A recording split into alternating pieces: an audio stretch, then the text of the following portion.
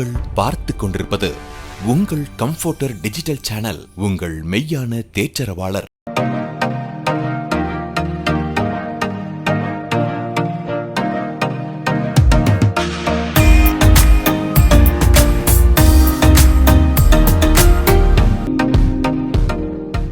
Praise the Lord. आप सभी को इस इग्नाइटर फेलोशिप में हम स्वागत करते हैं। आज भी देखिए, इस इतने दिन परमेश्वर हमें संभाला है, चलाया है। परमेश्वर कितना घटनाओं से, बहुत सारी दुखों से परमेश्वर अभी तक हमारा चला कर लेकर आए हैं। तो इस इग्नाइटर फेलोशिप में परमेश्वर आके बहुत सारी चीज़ों के माध्यम से आपसे बात करते हैं, और प्रति समय इस इग्नाइटर फेलोशिप के माध्यम से हम प्रभु वचनों के द्वारा और प्रार्थना के द्वारा परमेश्वर आत्मा में हमें बहुत शक्ति देते हैं और दृढ़ता बनाते हैं। अनेक रहस्य बातों को परमेश्वर इस कार्यक्रम के द्वारा आपसे बात कर रहे हैं। तो आज भी किसी एक चाहत के साथ इस कार्यक्रम को आप देख रहे हैं, परमेश्वर सचमुच आज आपसे बात करेंगे। तो किसी बात का आप चिंता ना करें। तो आज भी देखिए, अनेक लोग इस लाइव कार्यक्रम को हमारे जीसस रिडीम सोशल मीडिया से देख रहे हैं, और कंफर्टर उस लाइव से आप अनेक लोग देख रहे हैं। और आप खाली सिर्फ नहीं देखना है, दूसरे को, दोस्त को भी आप इसके बारे में बताना है, ताकि उन लोग भी आत्मा में दृढ़ता होने के लिए, और इस जागृति का जो बेदारी है हमारा पूरा विश्व में और सारी जगह में फैलने के लिए हम एक स्टेप आगे निकाल के रखना है। तो इसको पहला एक स्टेप क्या है, तो इस कार्यक्रम के बारे में आप सबको बताना है, आपको शेयर करना है। इस कार्यक्रम के बारे में एक जानकारी अपने दोस्त को बताने से ही इस बेदारी को हम जल्दी से फैला सकते हैं। तो आज भी इस कार्यक्रम को शुरू करने का पहले एक छोटा सा प्रार्थना करेंगे, क्योंकि परमेश्वर आज इस कार्यक्रम के द्वारा बात करने वाले हैं। मैसेज है, प्रार्थना सेक्शन है, और परमेश्वर का स्तुति करने का सेक्शन है। इस सारे सेक्शन के माध्यम से प्रभु की सामर्थ्य प्रकट होना है, प्रभु आशीर्वाद करके देना है। तो इसके लिए हम लोग प्रार्थना करेंगे। सभी अब आंखों बंद कर लीजिए। प्रभु की सामर्थ्य की ओर से हम लोग उसका प्रार्थना के शुरू कर हम लोग इस कार्यक्रम को शुरू करेंगे। आमीन। प्रभु यीशु मसीह, हम आपको धन्यवाद करते, स्तुति करते परमेश्वर। आज का जो इग्नाइटर फेलोशिप है परमेश्वर, इस कार्यक्रम को आपके हाथ में सौंपते परमेश्वर। शुरुआत से लेकर अंत तक परमेश्वर आपका सामर्थ्य से चलाना परमेश्वर। जो आप लोग इसे बात करना चाहते हैं परमेश्वर, वचन के माध्यम से बात करिए, और परमेश्वर गीतों के द्वारा बात करिए परमेश्वर। जो कोई भी दुखों के साथ है, जो अभिक्षा के साथ इस कार्यक्रम को देख रहे हैं, उनके साथ परमेश्वर आप बात करिए खुदा। कोई परमेश्वर दुखों के साथ आकर दुखों के साथ नहीं जाना परमेश्वर, उनके सारा कमियों, सारा दुख बदल कर आपने जो वादा करे, आपका दुख संतुष्ट में बदलेगा। उसी तरह परमेश्वर आपके इनका दुख, सारा जो बोझ हटकर इन लोग खुशी में बदलने का तरह इस कार्यक्रम उसी तरह उपयोग होना परमेश्वर। आपका जो परमेश्वर आपका लघु से छुटका कर हम प्रार्थना करते हैं परमेश्वर। शुरू से लेकर अंत तक आप चलाइए, आप अगुवाई करिए परमेश्वर। यीशु मसीह के नाम से हम मांगते हैं, आमीन। अभी भी हम लोग पहले क्या करने वाले हैं, प्रभु की स्तुति करने वाले हैं। Over to singing section.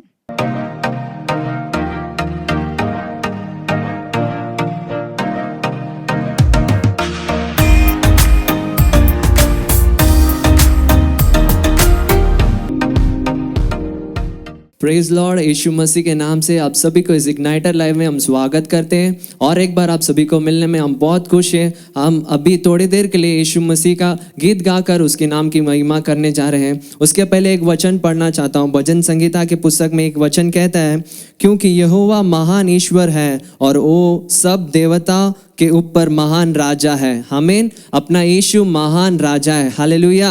हम अब एक गीत गाएंगे, कौन है राजाओं का राजा, कौन है दुनिया का बादशाह करके गीत गाकर हम उसके नाम की महिमा करें, अच्छे से ताली बजा के। यीशुआ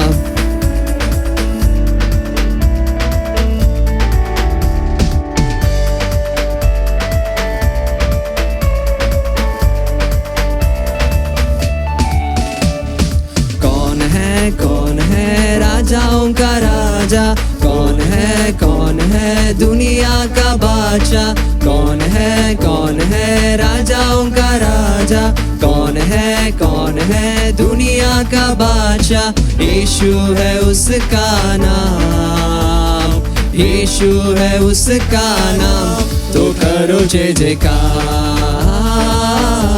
तो करो जय जयकार, तो करो जय जयकार, तो करो जय जयकार।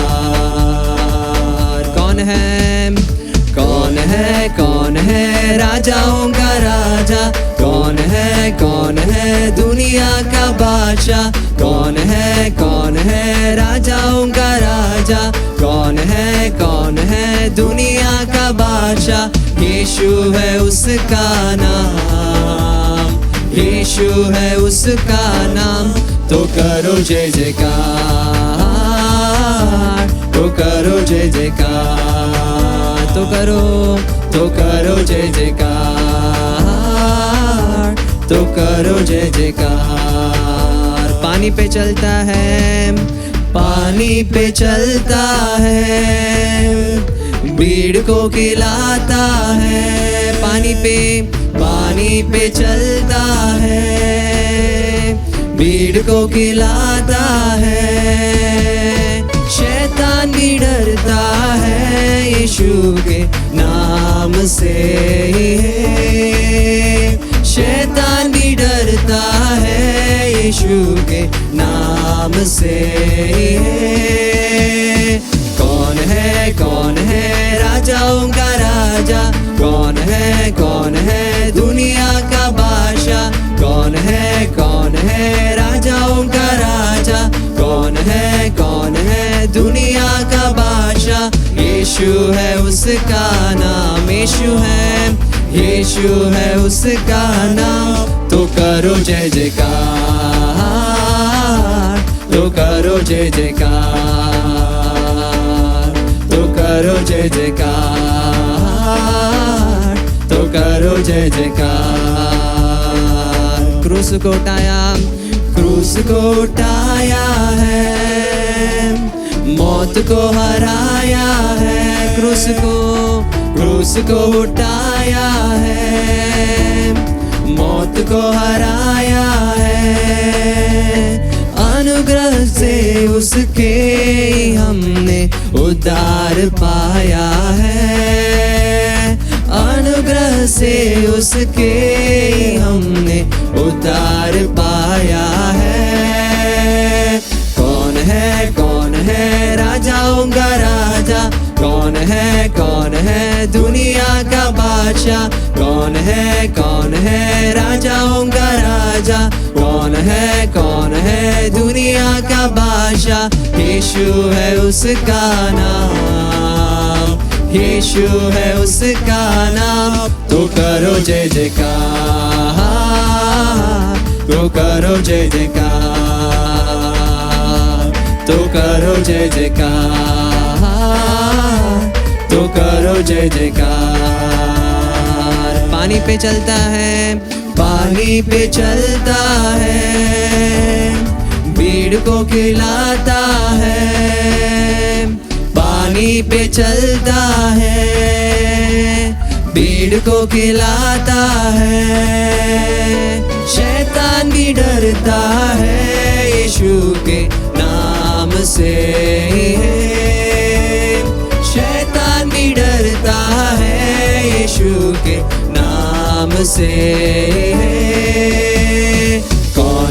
कौन है राजाओं का राजा, कौन है दुनिया का बादशाह, कौन है राजाओं का राजा, कौन है दुनिया का बादशाह। यीशु है उसका नाम, यीशु है उसका नाम, तो करो जय जयकार, तो करो जय जयकार, तो करो जय जयकार,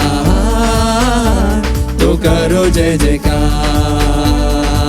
क्रूस को उठाया है, क्रूस को उठाया है, मौत को हराया है। क्रूस को उठाया है, मौत को हराया है। अनुग्रह से उसके हमने उद्धार पाया है, से उसके हमने उद्धार पाया है। कौन है राजाओं का राजा, कौन है दुनिया का बादशाह, कौन है राजाओं का राजा, कौन है दुनिया का बादशाह। यीशु है उसका नाम, यीशु है उसका नाम। तो करो जय जयकार, तो करो जय जयकार, तो करो जय जयकार, तो करो जय जयकार, तो करो जय जयकार, तो करो जय जयकार, तो करो जय जयकार, तो करो जय जयकार, तो करो जय जयकार। कौन है राजाओं का राजा, कौन है दुनिया का बादशाह, कौन है राजाओं का राजा, कौन है दुनिया का बादशाह। यीशु है उसका नाम, यीशु है उसका नाम। तो करो जय जयकार, तो करो जय जयकार, तो करो जय जयकार, तो करो जय जयकार। आमीन, हालेलुया। अपना यीशु राजाओं का राजा है, वो प्रभुओं का प्रभु है। आमीन, हालेलुया। कितने जन विश्वास करते हो वो राजा है, वो अपना यीशु महान राजा है, वो पानी में चलने वाला प्रभु है और सब भीड़ों को खिलाने वाला परमेश्वर है। शैतान भी उसको देख के डरता है। आमीन, हालेलुया। हमारे जीवन में भी, आपके जीवन में आप भी सोचते रहेंगे कि मेरे जीवन में सब कुछ जो हो रहा है वो पूरा आउट ऑफ कंट्रोल जैसा हो रहा है, मेरे कामों, मेरे कंट्रोल में कुछ भी नहीं है, सब मेरा बल से भी बहुत ज़्यादा कठिनाई मेरे जीवन में हो रहा है करके आप बोलते रहेंगे, सोचते रहेंगे। पर मैं आपको एक संदेश आपको बोलना चाहता हूँ कि अपना यीशु वो राजाओं का राजा है। आमीन, hallelujah. Still he is in control in over your situation. आमीन। आपका जीवन में वो राजा है, आपके जीवन का वो राजा है, वो राजा है और वो आपके जीवन को सब कठिनाई को सबको निकाल कर वो आपको अच्छा खुशी से भरेगा। आमीन, हालेलुया। और एक गीत गाकर हम उसके नाम की महिमा करें। नीले आसमां के पार जाएंगे, मेरा यीशु रहता वहाँ। आमीन। कितने जन विश्वास करते हो कि एक दिन यीशु अपने बादलों में, नीले बादलों में आकर हमें वो लेने के लिए आएगा और अपने साथ वो लेकर जाएगा। आमीन, हालेलुया। आइए इस गीत गाकर उसके नाम की महिमा करें। जीसस, अच्छे से ताली बजाकर हमारे साथ मिलकर गाइए। यीशुआ,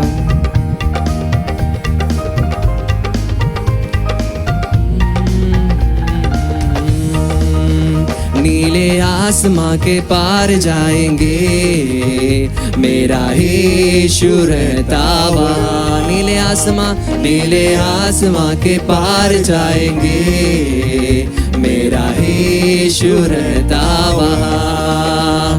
हम मिलेंगे बादलों पर, हम मिलेंगे बादलों पर, देखेगा सारा जहां, देखेगा सारा जहां। नीले आसमां के पार जाएंगे, मेरा यीशु रहता वहाँ। नीले आसमां के पार जाएंगे, मेरा यीशु रहता वहाँ। उसका कोई भी वादा ना होता अधूरा, हर एक वादा उसका होता है पूरा। उसका कोई भी वादा ना होता अधूरा, हर एक वादा उसका होता है पूरा। उसका कोई भी वादा,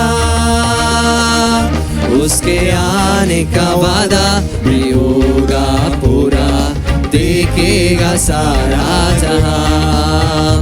उसके आने का वादा भी होगा पूरा, देखेगा सारा जहां। हम मिलेंगे बादलों पर, हम मिलेंगे बादलों पर, देखेगा सारा जहां, देखेगा सारा जहां। नीले आसमां के पार जाएंगे, मेरा यीशु रहता वहाँ। नीले आसमां के पार जाएंगे, मेरा यीशु रहता वहाँ।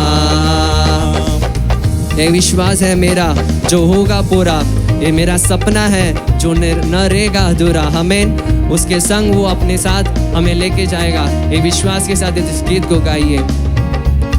आमेन यीशुआ,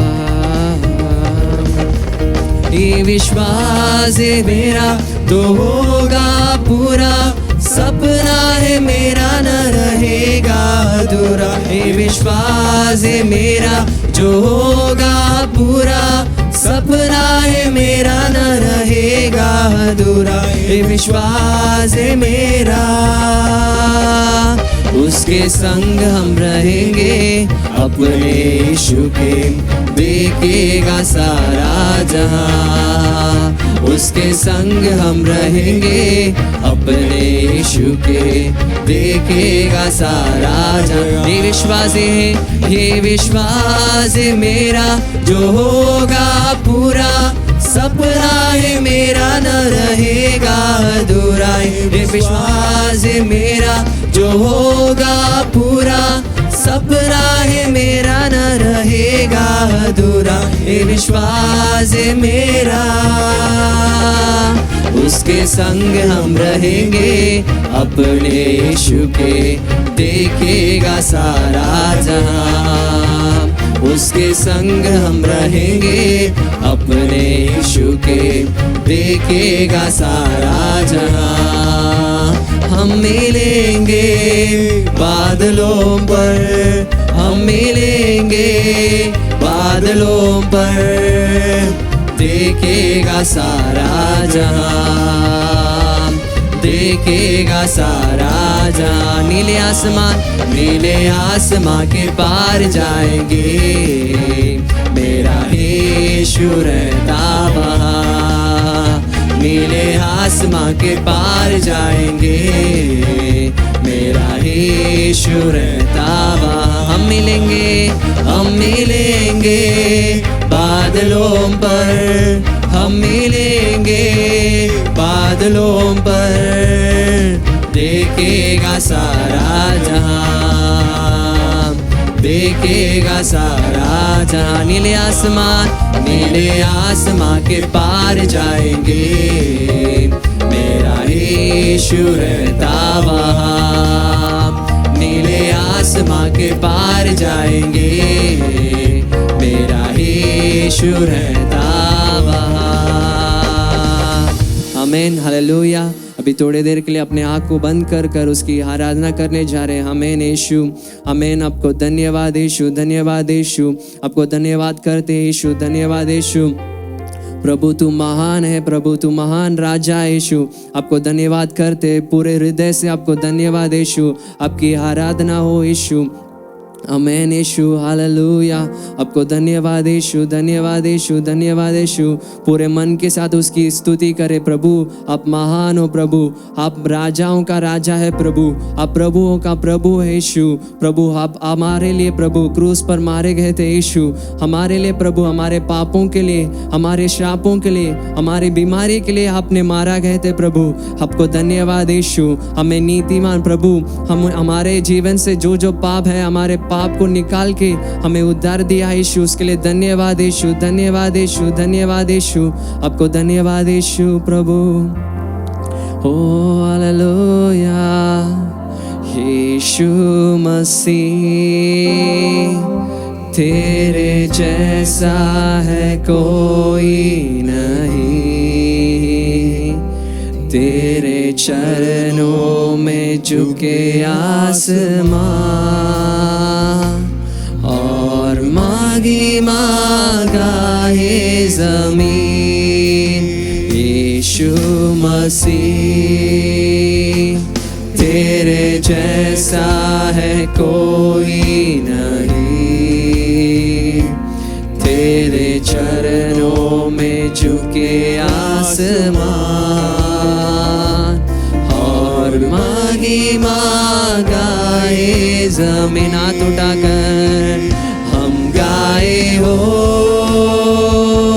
सेना, तू राजा होगा है राजा, तेरी महिमा वो है सदा। तू है प्रभु हमारा खुदा। हम गाए हो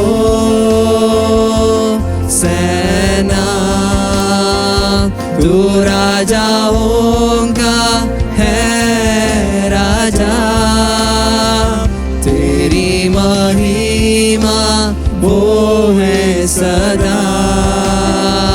तू है प्रभु हमारा खुदा। तू है प्रभु, तू है प्रभु हमारा खुदा। प्यारे पिता, तूने हमसे कितना प्यार किया, हमें पापों से छुड़ाने को अपने बेटे को कुर्बान किया। प्यारे पिता, तूने हमसे कितना प्यार किया, हमें पापों से छुड़ाने को अपने बेटे को कुर्बान किया। हम गाए हो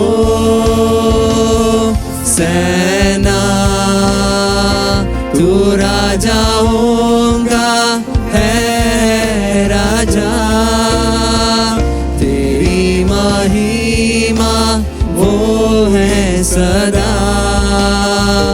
तू है प्रभु हमारा खुदा। हम गाए हो सेना, तू राजा होगा है राजा, तेरी महिमा वो है सदा। तू है प्रभु हमारा खुदा। तू है यीशु हमारा खुदा। यीशु मसीह, यीशु मसीह, तेरे जैसा है कोई नहीं। तेरे चरणों में झुके आसमान और महिमा गाए जमीन। यीशु मसीह, तेरे जैसा है कोई नहीं। तेरे चरणों में झुके आसमान और महिमा गाए जमीन। हाथ उठाकर हम गाए हो सेना, तू राजा होगा है राजा, तेरी महिमा वो है सदा।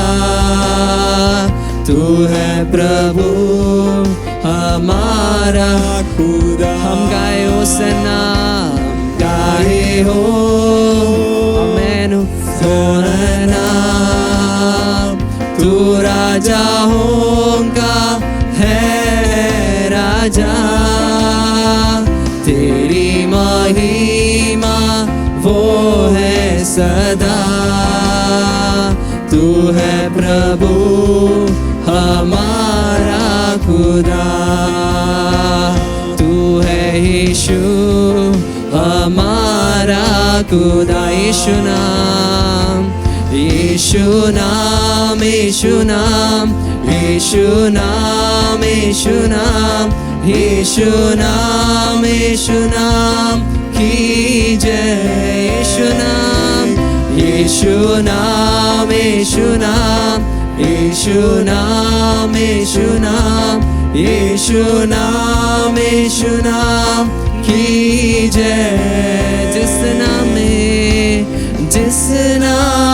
में है जिंदगी वो नाम है यीशु मसीह ओ जिस नाम में है बंदगी वो नाम है यीशु मसीह यीशु नाम यीशु नाम यीशु नाम यीशु नाम यीशु नाम यीशु नाम की जय यीशु नाम यीशु नाम यीशु नाम आमेन यीशु नाम यीशु नाम यीशु नाम यीशु नाम की जय यीशु नाम यीशु नाम यीशु नाम यीशु नाम यीशु नाम यीशु नाम यीशु नाम की जय यीशु नाम यीशु नाम उस नाम में जिंदगी है उस नाम में बंदगी है उसके नाम में छुटकारा है आमेन हालेलुया यीशु नाम यीशु नाम यीशु नाम यीशु नाम यीशु नाम यीशु नाम यीशु नाम की यीशु नाम यीशु नाम यीशु नाम यीशु नाम यीशु नाम यीशु नाम यीशु नाम की जय जिस नाम में है जिंदगी वो नाम है यीशु मसीह जिस नाम में है बंदगी वो नाम है यीशु जिस नाम में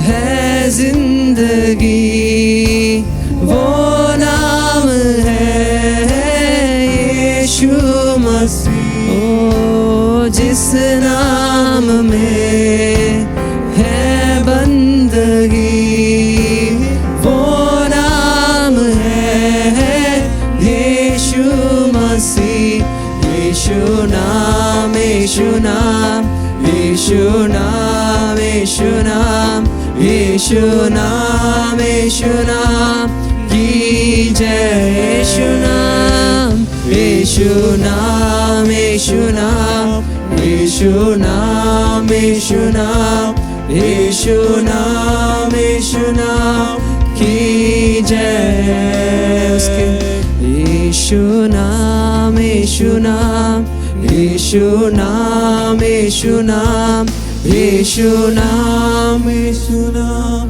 की जय यीशु नाम यीशु नाम यीशु नाम यीशु नाम यीशु नाम ओ यीशु नाम की जय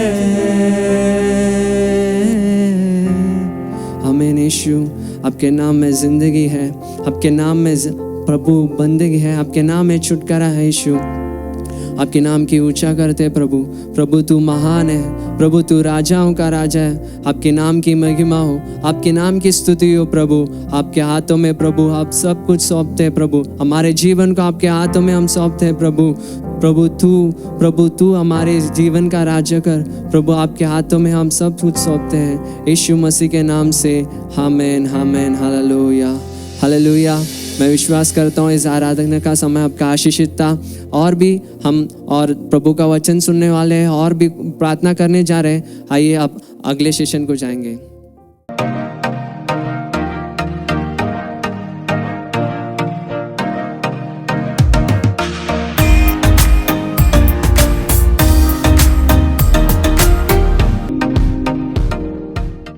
हालेलुया। अभी इतना देर हम प्रभु यीशु मसीह को स्तुति करें, गीतों गाए।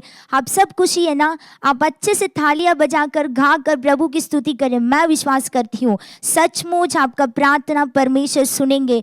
परमेश्वर गुप्त को बात को भी परमेश्वर बाहर निकल और प्रकट करने वाला परमेश्वर। आप मत सोचना कि मुझे कोई देखने वाला नहीं है, मुझे कोई मतलब परवाह करने वाला कोई नहीं है। नहीं, आप सच्चाई से प्रभु का स्तुति करें ना, परमेश्वर सच्चाई से आप बात करें, आपका जो स्तुति आराधना को परमेश्वर स्वीकार करे हैं।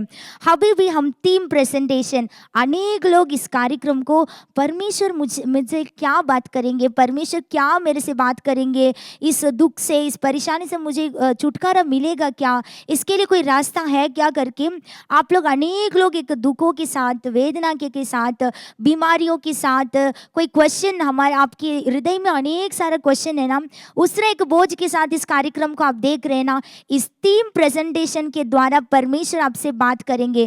क्यों इस टीम प्रेजेंटेशन? क्यों मतलब जो हम आगे सुनने वाले जो मैसेज है ना, तो उसके बारे में एक छोटा सा एक शॉर्ट उन लोग का एक बताएंगे, थोड़ा सा एक्सप्लेन करेंगे क्या हम लोग किस बात का प्रार्थना करने वाले हैं और क्या परमेश्वर आज का इस टॉपिक के माध्यम से कैसा आपसे बात करने वाले हैं करके परमेश्वर इस टीम प्रेजेंटेशन के द्वारा आपसे बात करेंगे। आपका यहाँ वहाँ आपका जो सोच यहाँ नहीं जाना है, आप एक ही जगह में बैठकर इस टीम प्रेजेंटेशन को आप ध्यान से देखना है। Over to team presentation.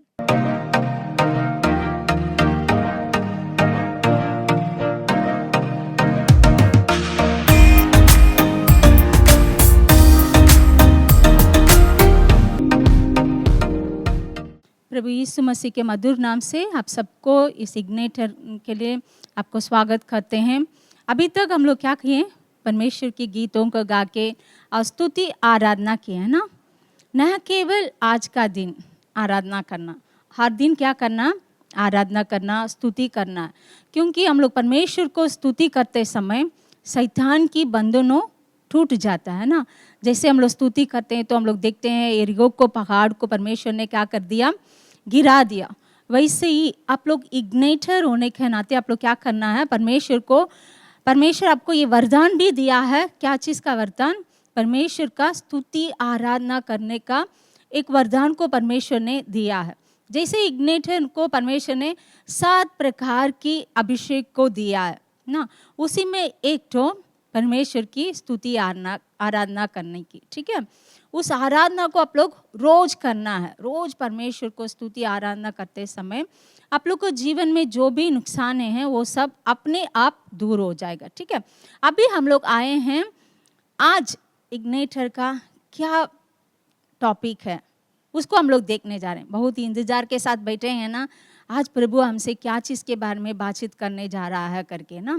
आप लोग प्रकाशित वाक्य 22 अध्याय 12 वचन में लिखा हुआ है, मैं शीघ्र ही आने वाला हूँ। क्या? यीशु मसीह शीघ्र ही आने वाला है। यही है इस महीना का हम लोग के लिए दिया हुआ वचन, ठीक है। वो शीघ्र ही आने वाला है, तो हम लोग क्या करना है? वो आएगा। 2000 साल से यही बोल रहे हैं, यीशु मसीह आ रहा है, तू तैयार हो जा, तैयार हो जा, वो अभी आ जाएंगे करके बोल रहे हैं, हम लोग सुन रहे हैं ना।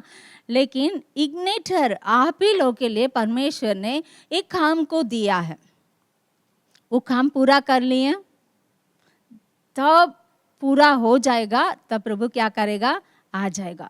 उनका आगमन निकट हो गया, वो द्वार पे आके खड़े हैं। अभी कुछ समय बचा हुआ है ना। क्यों बचा के रखे हैं? हमारा दिया हुआ हाथ काम को अभी हम लोग पूरा नहीं किए है ना। आप लोग को यहाँ से जब परमेश्वर का वचन को, अभिषेक को लेके इस तंबू से आप लोग क्या किए? अपना अपना क्षेत्र में जाके परमेश्वर के लिए सेवा करेंगे करके गए थे ना।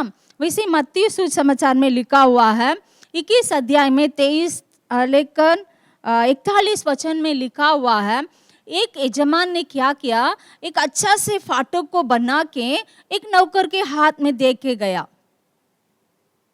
एक अच्छा से फाटक, अंगूर का फाटक। अंगूर आप सबको पसंद करते हैं ना, वैसे एक अच्छा फाटक को बना के उसके हाथ में दे के गया। परमेश्वर अभी आपके हाथ में एक काम को दिया है, उस काम को आप लोग क्या पूरा कर लिए? जैसे ये बना के देने के बाद वो फल देने का समय आ गया, तब वो यजमान ने क्या किया, अपने नौकर एक जन को भेज के उसका फल को लाने के लिए बोल रहा था। आप लोग भी सोचते हैं ना, हम लोग इग्नाइटर ट्रेनिंग में गए थे, हमेशा क्या करते हैं, यहाँ से फ़ोन करते हैं, हमें परेशान करते रहते हैं करके सोच रहे हैं ना। नहीं, ये हम लोग का काम है। आप लोग कैसे सेवकाई कर रहे हैं, आप लोग को क्षेत्र में कैसा फल हुआ है करके देखने का काम हम ही लोग का है। लेकिन वो नौकर क्या किया है, उस यजमान का भेजा हुआ नौकर को क्या कर दिया, परेशान करके वो वापस भेज दिया था ना। क्या हम लोग कैसे हैं, सोचिए। परमेश्वर जल्दी आने वाला है। हमारा हाथ में दिया हुआ जो इग्नाइटर का काम, उसको आप लोग पूरा किए हैं, जरा सा सोच लीजिए। जल्दी आने वाला है तो फसल को उलेने के लिए आ रहा है। क्या अपना क्षेत्र में सुसमाचार पूरा बांट लिए हैं आप लोग? थोड़ा सा सोचिए। फिर वो क्यों आने वाला है? हमें अपने पास रखने के लिए आ रहा है। तब क्या करना है, इस पृथ्वी को पूरा पवित्र करना है। कहीं भी देखने से वो अशुद्ध में पड़ा हुआ है। इस अशुद्ध को क्या करना है, शुद्ध करने का काम है। युद्ध का अभिषेक को आप लोग पाके गए हैं, क्या उसको इस्तेमाल कर रहे हैं? अपना क्षेत्र में जितना शैतान की बंधनों में पड़े हुए लोगों को उसमें से छुटकारा दिलवाए हैं आप लोग? परमेश्वर जल्दी आने वाला है, लेकिन क्यों अभी इंतजार करके बैठा है? मेरा बेटा, मेरा बेटी अभी अपना काम को पूरा नहीं की है ना। जैसे इस मत्ती सुसमाचार 21 अध्याय में हम लोग देखते हैं, वहाँ फल तैयार है, फल को लेने के लिए ही वो यजमान ने भेजा है। एक जन को भेज रहा है, 2 जन को भेज रहा है, नहीं, सबको क्या कर दे रहा है, खत्म कर दे रहा है। ठीक है, अगले ये सोच रहा है अपना एक लोग तो बेटा को मैं भेजूंगा, अगर इसको देख के उन लोग डरेंगे, ऐसे सोच के भेज रहा है। लेकिन उसको उन लोग क्या कर दिया, यही उनका एक लौता पुत्र है करके उसको मार दिया। सोच लीजिए, आप लोग का हाथ में दिया हुआ काम को आप लोग कितना दूर किए हैं। अपना क्षेत्र में आप लोग प्रेयर सेल शुरू किए हैं, या अपना क्षेत्र में गली गली में जाके परमेश्वर की वचनों को फैलाए हैं? जो जागृति को, आग को आप लोग यहाँ से लेके गए हैं, अपना क्षेत्र में जवान लोग को बीच में उसको बांटे हैं? सोच लीजिए। आप लोग इग्नाइटर है ना। परमेश्वर जब आप लोग को यहाँ बुलाने के पहले हम लोग से बोला है, जो जवान लोग यहाँ पे आएगा ना, वो किसी से नहीं डरेगा, तूफान से भी नहीं डरेगा, आंधी से भी नहीं डरेगा, जो भी बाधाएं हैं उसको फांग के जाएगा। ऐसे ही इग्नाइटर का रख के परमेश्वर ने वचन को दिया था, उसी को रख के आप लोग के लिए हम लोग प्रार्थना कर रहे हैं। तो परमेश्वर आपके क्षेत्र में आप लोग को इस्तेमाल करने वाला है। क्यों आप लोग अभी तक चुप से बैठे हैं? ये इग्नाइटर के बारे में कितने लोग को बताए हैं, अपना अभिषेक को कितने लोग को बांटे हैं? क्या परमेश्वर इस अभिषेक को मुझे ही दिया है, मैं ही रखूंगा, मैं ही रखूं? नहीं, बर्तन में भरा हुआ पानी को ताप के रखेंगे ना, कितना दिन रख सकते हैं? वो सड़ जाएगा, कीड़ा आ जाएगा। वो पानी को अगर इस्तेमाल करेंगे तो उसमें से लोग इस्तेमाल होंगे, तब भी आशीष हो सकता है ना। इसलिए आप लोग क्या करना है, परमेश्वर जो अभिषेक को आप लोग को दिया है उसको लोगों को बांटना है। जितना परमेश्वर के लिए हम लोग क्रिया करेंगे, उस क्रिया का अनुसार ही हमें फल देगा। जब यीशु मसीह इस पृथ्वी से उठ के स्वर्ग गया था, वो फिर आने वाला है करके हम लोग को मालूम है। वो आने के समय क्या करना है, जितना भी लोग हैं उनको उनके लिए तैयार करके रखना है। वही कामों को हम लोग को हाथ में दे के गए थे। क्या आप लोग अपना क्षेत्र में इस काम को पूरा किए हैं या नहीं? आज थोड़ा सा सोच लीजिए। आप लोग एक इग्नाइटर है, परमेश्वर की वचनों को फैलाने वाले हैं, आग को अपने क्षेत्र में फैलाने वाले हैं। जैसे हम लोग देखते हैं यिर्मयाह का किताब 1 अध्याय में 10 वचन में लिखा हुआ है, परमेश्वर आपको कैसे बनाया है करके देखिए। सुन, मैंने आज का दिन तुझे जातियों और राजाओं पर अधिकारी ठहराया है। इस अभिषेक के साथ ही परमेश्वर आपको यहाँ से भेजा है। ये अभिषेक क्या चीज़ के लिए? उन्हें गिराना और टाट देने के लिए, नाश करने और हटा डालने के लिए, या उनके बनाना और रोपने के लिए। इस कामों को किए हैं क्या अपना क्षेत्र में? क्या क्या चीज़ को हटाना था उसको हटाए हैं, क्या चीज़ को रोपना है उस चीज़ को रोपे हैं। अभी भी चुपचाप से नहीं बैठना है। क्यों? परमेश्वर जल्दी आने वाला है। वो आएगा तो जरूर लेगा ही है। इसलिए उनको लेखा देने के लिए कितने आत्मा को तैयार करके रखे हैं, उनको उनके भंडारों में ले आके रखने का काम हमारा हाथ में दिया हुआ है। इसीलिए इग्नाइटर आप लोग क्या करना है, जरूर अपना क्षेत्र में जाके जो अभिषेक को पाए हैं उस अभिषेक को और लोगों को दीजिए। ठीक है? जब वो आने का समय उनको देखने के लिए आप भी तैयार हो जाइए और लोगों को भी तैयार कर लीजिए। ठीक है? अभी हम लोग क्या करने जा रहे हैं, अगला कार्यक्रम को देखने जा रहे हैं। धन्यवाद।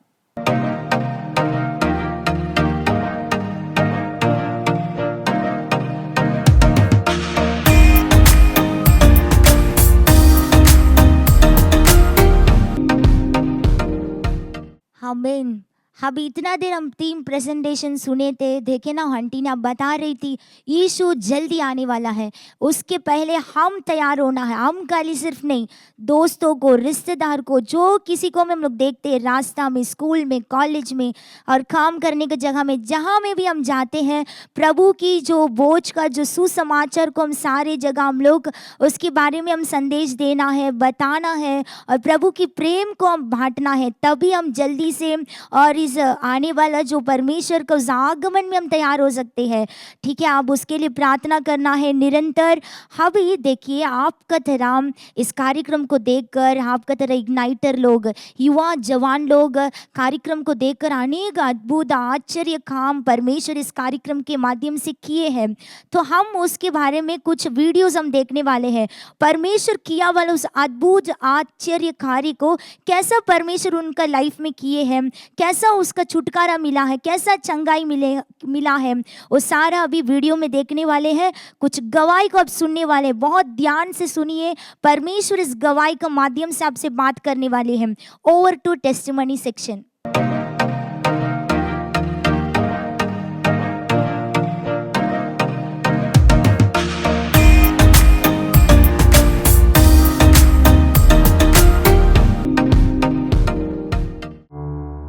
मेरा नाम है विजिला। मैं तूतुकुड़ी जिले में रहती हूँ। मेरी एक छोटी बहन है। मैंने बीई की डिग्री ली है। मेरी लाइफ बहुत अच्छी चल रही थी। 2021 मार्च लास्ट से मेरी कमर में बहुत ही ज्यादा दर्द होने लग गया। हालांकि ये दर्द शुरुआत में हल्का हल्का ही था, ज्यादा नहीं होता था, लेकिन अप्रैल के फर्स्ट वीक से मेरी कमर का दर्द धीरे धीरे बहुत बढ़ने लग गया। मैं झुक नहीं पाती थी, सीधी नहीं हो पाती थी, झुक के खड़े होने में दर्द होता था। उस दर्द की वजह से धीरे धीरे चलना बंद हो गया। नहीं झुकने के कारण काम भी करना कम हो गया, तकलीफ होने लगती। मैं खड़ी होकर बाथरूम भी नहीं जा पाती थी। बाथरूम जाने में भी इतनी तकलीफ होती थी, बैठने पे उठ नहीं पाती थी। इस तरह से दर्द धीरे धीरे बहुत ज्यादा बढ़ गया। रात होते होते दर्द सहन भी नहीं हो पाता था। जैसे ही उसे दर्द ज्यादा होने लगता वो रोने लग जाती थी। वो दर्द से एकदम तड़पने लगती थी। बेड के दोनों सिरे हाथ से पकड़कर जोर से माँ माँ कहकर रोने लगती थी, बुरी तरह से। एक तरह से मैं बिस्तर पे लेटे ही रहती थी। मैं बिल्कुल भी बिस्तर से उठ नहीं पाती थी। यहाँ तक कि अगर मैं बेड पे बैठना भी चाहूँ तो उसके लिए भी मुझे किसी और की सहायता लेनी पड़ती थी। इस तरह से बिस्तर पकड़ लिया था। मैं अपने आप पानी भी लाके नहीं पी सकती थी। ग्लास पकड़ने की ताकत भी मुझ में नहीं थी। जब देखो बस मैं लेटी ही रहती, मैं बिल्कुल भी उठ नहीं पाती थी। अगर मुझे कुछ चाहिए होता तो उसके लिए भी मुझे किसी और पे डिपेंड होना पड़ता। मैं हिल भी नहीं पाती थी। कमर से लेके पैरों तक ऐसा लगता था जैसे इनमें जान ही नहीं है। वैसी परिस्थिति हो गई थी। मेरी माँ मुझे अस्पताल लेके गई और वहाँ जाकर जब हमने दिखाया तो मसल्स, स्पाइनल कॉर्ड, सारी हड्डियाँ एकदम अच्छी हैं, लेकिन ये दर्द क्यों हो रहा था ये पता नहीं चल रहा था। डॉक्टर्स ने साफ साफ बोल दिया कि हमारी समझ में नहीं आ रहा है। 2021 मार्च लास्ट से लेकर जून फर्स्ट वीक तक मेरा ये दर्द बिल्कुल जस का तस रहा। जब हम बहुत ही बुरी परिस्थिति से जूझ रहे थे तो उस दौरान हम भाई मोहन सी लाजरस के सारे प्रोग्राम आओ प्रार्थना करें सारे कार्यक्रम देखते थे। तो 6 जून को अद्भुत महोत्सव का प्रोग्राम था। तो जैसे ही उस कार्यक्रम का वो दिन आया तो कार्यक्रम चल रहा था, मैंने बेटी से जाकर कहा कि तू अपने पूरे विश्वास के साथ अभी तक कैसे प्रार्थना की पता नहीं, लेकिन आज विश्वास के साथ हम तीनों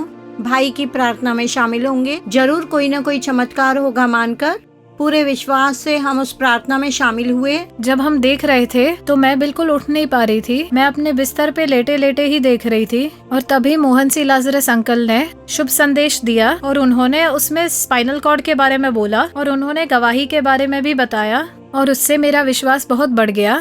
समस्या ये है स्पाइनल कॉर्ड में समस्या, उनकी रीढ़ की हड्डी में समस्या है, दर्द। डॉक्टरों ने कह दिया स्पाइनल कॉर्ड में समस्या है, अगर उसमें हाथ रखेंगे तो बड़ी प्रॉब्लम हो जाएगी, उससे दूसरी कोई समस्या पैदा हो सकती है, इसलिए एडजस्ट करके जीवन जीने के लिए आदत डाल लें, ऐसा कह दिया।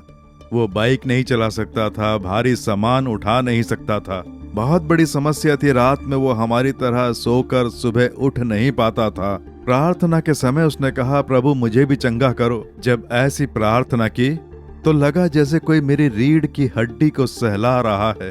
तभी वो समझ गया कि ये यीशु का स्पर्श है और उसी क्षण एक सामर्थ्य मेरे अंदर उतरा और सारा दर्द चला गया।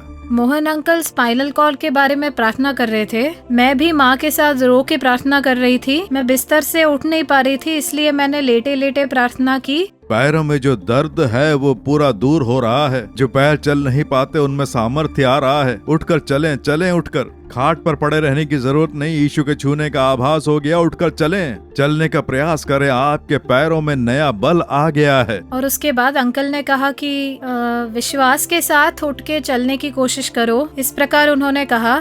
मैं भी पूरे विश्वास के साथ उठ के चलने लग गई और मैं अच्छे से चल पाई। अपने हाथ पैर हिलाकर और झुककर सीधी होकर देखा तो मेरी कमर में जो दर्द था वो पूरी तरह से चला गया। 1 सेकंड में प्रभु ने मुझे चला दिया। तब से लेके आज तक मेरे स्पाइनल कॉर्ड में कोई दर्द नहीं आया, कोई प्रॉब्लम नहीं। अब अच्छे से चलती हूँ, गाड़ी चलाती हूँ। अब मैं अपने सारे काम अपने आप करती हूँ।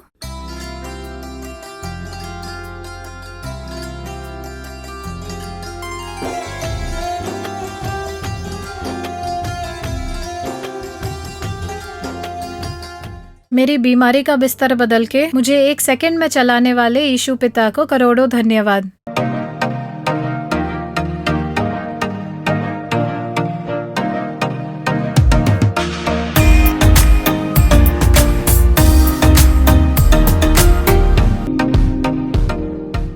अभी आपने सुने थे ना इस गवाही को, परमेश्वर सचमुच इस गवाही के माध्यम से बात करे हैं। मैं विश्वास करती हूँ अभी भी बहुत मुख्य समय में आए हैं।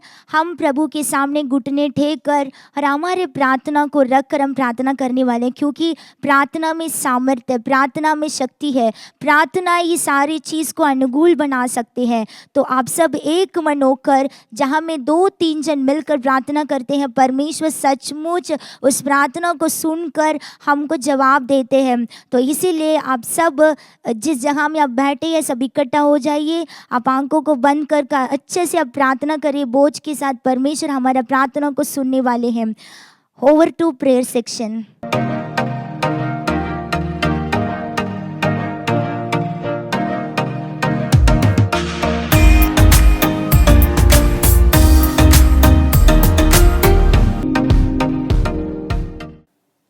जय मसीह की। प्रभु यीशु मसीह के नाम से आप सबको मेरा प्रेम भरा अभिवादन। आज भी हम बहुत ही बहुमूल्य समय पर आए हैं। हाँ, अभी हम कुछ विषय के लिए प्रार्थना करने वाले हैं। जब भी हम आपसे मिलते हैं हम कुछ चीज़ों के लिए हम प्रार्थना करते हैं और हमारे प्रभु यीशु मसीह हमारे प्रार्थना को सुनकर उसका जवाब भी दे रहे हैं, उसे हम खुद अपने आंखों से देख रहे हैं। आज भी हम 3 मुख्य विषय के लिए प्रार्थना करने वाले हैं। पहला है लोगों का सुरक्षा। हमारे देश में यानी कि हमारे संसार में रहने वाले हर एक लोगों की रक्षा के लिए हमें प्रार्थना करना है। वो मसीह हमारा जिम्मेदारी है कि हमारे देश वालों के लिए हमें प्रार्थना करना है। विशेष करके हर रोज अखबार में लगभग 4 या अधिकतर से 5 दुर्घटना के संभव तो हम देखते ही आ रहे हैं, और जिसके वजह से इस दुर्घटना की वजह से कई लोगों का मृत्यु भी होता है। तो उन लोगों के लिए हमें प्रार्थना करना है, उन प्राण के लिए, उनके जीवन के लिए हमें प्रार्थना करना है। और एक कार्य है, विशेष करके हमें महिलाओं की सुरक्षाओं के लिए प्रार्थना करना है और बच्चों की सुरक्षा के लिए हमें प्रार्थना करना है। जैसे कि हमारे देश में कई महिलाओं का अपहरण हो रहा है, बच्चों का अपहरण, तस्करी हो रहा है, तो उन महिलाओं के ऊपर परमेश्वर का रक्षा आना चाहिए, उसके लिए हमें प्रार्थना करना है। हमारे प्रभु यीशु मसीह अपने स्वर्ग दूतों को बेचकर हमारे देश में रहने वाले हर एक महिलाओं को रक्षा करना चाहिए, तो उस चीज़ के लिए भी हमें बोझ उठाकर प्रार्थना करना है। और दूसरा, हमें हमारे देश में रहने वाले कलीसियाओं के लिए प्रार्थना करना है। कलीसियाओं के ऊपर परमेश्वर का रक्षा आना चाहिए, और जो कोई प्रभु के दास परमेश्वर का सेवकाई कर रहे उनके ऊपर परमेश्वर का रक्षा आना चाहिए। आज के दिनों में जब आप देखेंगे तो कई जगह पे ऐसा न्यूज़ हम सुन रहे हैं कि यहाँ का कलीसिया का विनाश हुआ है और यहाँ पर तोड़फोड़ हो रहा है, मसीहों के विरुद्ध में कई अत्याचार हो रहा है। तो उन कार्यों के लिए, उन मिशनरीज के लिए हमें प्रार्थना करना है। प्रभु के सेवक के परिवार के लिए हमें प्रार्थना करना है। तो ये भी बहुत ही मुख्य विनती है जिसके लिए हमें बोझ उठाकर प्रार्थना करना है। और तीसरा है, हमारे यीशु चुड़ाता है सेवकाई के लिए परमेश्वर ने जो दर्शन दिया है उसके लिए भी हमें बहुत ही बोझ उठाकर प्रार्थना करना है। 2030 तक हमें 50 करोड़ लोगों को सुसमाचार बताना है और 5 करोड़ लोगों को प्रभु की ओर चलाना है। तो उस कार्य के लिए भी हमें प्रार्थना करना है। ठीक है, अभी आपने मतलब सब सुने रहेंगे। आज हम 3 विषय के लिए हम प्रार्थना करने वाले हैं। अभी आप जहां पर भी हो प्रभु के सम्मुख पर आ जाइए। आज हम बोझ उठाकर उन कार्यों के लिए आंसू बहाकर परमेश्वर के सम्मुख पर सच्चे हृदय से हम प्रार्थना करने वाले हैं। आप जहां पर भी हो घुटने टेकिए। अगर आप आपके घर में रहकर इस कार्यक्रम को देख रहे होंगे, आज आप परमेश्वर के सम्मुख पर घुटने टेकर अभी हम सब मिलकर एक मन होकर इन 3 विषय के लिए हम प्रार्थना करने वाले हैं। धन्यवाद यीशु, हम आपको धन्यवाद करते हैं प्रभु यीशु। मन की गहराई से प्रभु यीशु हम आपको धन्यवाद करते हैं। प्रभु, आज आपने हम सभी लोगों को प्रभु यीशु इकट्ठा किए हैं यहाँ पर। प्रभु, कुछ विषय के लिए आज हम बोझ उठाकर प्रार्थना करने वाले हैं। हमारे ऊपर प्रभु यीशु आपका प्रार्थना का सामर्थ्य को उंडेल दीजिए। हर एक लोग प्रभु यीशु जो कोई प्रार्थना करने वाले हैं उनके ऊपर परमेश्वर का पवित्र आत्मा का सामर्थ्य उतर जाए प्रभु यीशु के नाम से। विशेष करके प्रभु यीशु आज हम पहला हमारे देश में रहने वाले लोगों के लिए हम प्रार्थना करने वाले हैं। लोगों की सुरक्षा के लिए हम प्रार्थना करने वाले हैं। हमारे देश में रहने वाले हर एक लोग जो कोई वाहन का उपयोग करते हैं, जो कोई यात्रा कर रहे प्रभु यीशु, उनके ऊपर प्रभु का रक्षा आना है, उसके लिए हम प्रार्थना करते हैं। आज के दिनों में प्रभु यीशु हम कई दुर्घटना के संभव को, समाचार को हम सुनते आ रहे प्रभु यीशु, उन लोगों के लिए हम प्रार्थना करते हैं प्रभु यीशु। जो कोई वाहन का उपयोग करके यात्रा करते हैं उनके ऊपर परमेश्वर का रक्षा बनाए रहे, उसके लिए हम प्रार्थना करते हैं। और भी प्रभु यीशु हमारे देश में रहने वाले हर एक महिलाओं के लिए हम प्रार्थना कर रहे हैं, हर एक बच्चों के लिए हम प्रार्थना कर रहे हैं प्रभु यीशु। स्कूल जाने वाले बच्चों के ऊपर परमेश्वर का रक्षा आना चाहिए, परमेश्वर का रक्षा आना चाहिए। उनके लिए हम विशेष करके प्रार्थना करते हैं प्रभु यीशु। हमारे देश में रहने वाले महिलाओं का अपहरण हो रहा है प्रभु, उनके ऊपर प्रभु आप उन्हें रक्षा कीजिए, आप उन्हें रक्षा कीजिए प्रभु यीशु। बच्चों का तस्करी हो रहा है, अपहरण हो रहा है, आप उन्हें रक्षा कीजिए। आप अपने स्वर्ग दूतों को बेचकर आप उन्हें रक्षा करने के लिए हम आपको धन्यवाद करते हैं प्रभु यीशु। प्रार्थना कीजिए, हमारे साथ मिलकर प्रार्थना कीजिए। अभी हमारे बीच में एक भाई आकर इस कार्य के लिए प्रार्थना करेंगे, उनके साथ मिलकर आप भी प्रार्थना कीजिए। धन्यवाद पिता, हम यीशु मसीह के नाम से आपके पास आ रहे पिता। हम पिता आज भी पिता हम सुरक्षा के लिए प्रार्थना कर रहे हैं पिता। हम बहुत सारे खबरों में पढ़ रहे हैं पिता, बहुत सारे लोगों को अपहरण हो रहे पिता, बहुत सारे लोगों का मर्डर हो रहे पिता। उन सभी के बदलाव होने चाहिए पिता। उन सब लोगों को आप सुरक्षित रखने के लिए हम प्रार्थना करें आमीन, पिता। बहुत आमीन। सारे लोग हैं जो बहुत सारे कठिनाइयों में फंसे हैं पिता। पिता उन सभी को आप सुरक्षित रखने के लिए हम सुरक्षा प्रार्थना करने के करें लिए हम पिता। प्रार्थना करते पिता हैं। बहुत आमीन, यीशु। छोटे छोटे बच्चे हैं जिनके अपहरण हो रहे हैं, जिनके किडनैप हो रहे हैं पिता। उन सभी को आमीन। पिता आप सुरक्षित रखने के लिए हम प्रार्थना कर रहे हैं पिता। पिता उन सभी को आमीन। जो बच्चे हैं पिता, वो स्कूल पे जाते वक्त आते वक्त आप सुरक्षित रखने के लिए हम प्रार्थना करें पिता। आमीन। बहुत सारी महिला हैं पिता, उनके अपहरण काम देख रहे पिता, वो सब बदलाव होने के लिए हम प्रार्थना करें प्रार्थना पिता। करते प्रभु पिता उन यीशु। सभी को पिता आप आमीन। सुरक्षित रखिए पिता। आमीन। पिता भारत देश में आप सुरक्षा भेजिए पिता, आपका पवित्र आत्मा से सुरक्षा भेजिए पिता। आमीन। पिता आपका स्वर्गदूत से पिता हम सभी को आप सुरक्षित रखिए पिता। पिता आपने कहा है कि आपने हमको बनाया है, आपने हमको सबको सुरक्षित रखा है पिता। पिता हम आपको पास प्रार्थना करें पिता, आमीन। भारत में रहने वाले सभी युवकों के लिए हम प्रार्थना करें पिता। आमीन, सभी को आप यीशु। सुरक्षित रखिए पिता। आमीन। स्कूल के जाते वक्त पिता, कॉलेज पे जाते वक्त आते वक्त आपको सुरक्षित रखने के लिए हम प्रार्थना करें पिता। आमीन। पिता ये प्रार्थना आपने सुना है इसलिए धन्यवाद करते हैं पिता। ऐसा इस प्रार्थना जैसे आप करने वाले इसलिए धन्यवाद यीशु, करते हैं पिता। धन्यवाद। पिता ये प्रार्थना हम मसीह यीशु के नाम से कर रहे पिता। आमीन। धन्यवाद, धन्यवाद। प्रभु यीशु ने हमारे प्रार्थना को सुने हैं। प्रभु यीशु ने हमारे प्रार्थना को सुने हैं, इसलिए प्रभु यीशु को धन्यवाद कीजिए। हमारे देश में रहने वाले हर एक लोग, हर एक व्यक्ति को प्रभु यीशु रक्षा करने वाले, इसलिए प्रभु को धन्यवाद, धन्यवाद। दूसरा, हमें कार्य के लिए प्रार्थना करने वाले हैं। हमारे देश में रहने वाले हर एक कलीसियाओं के लिए हमें प्रार्थना करना है। उसे चलाने वाले पासबान के लिए हमें प्रार्थना करना है। हर एक मसीह लोगों के लिए हमें प्रार्थना करना है। विशेष करके मिशनरीज के लिए हमें प्रार्थना करना है। परमेश्वर के लिए वो लोग सेवकाई कर रहे हैं, उनके ऊपर परमेश्वर का रक्षा आना चाहिए।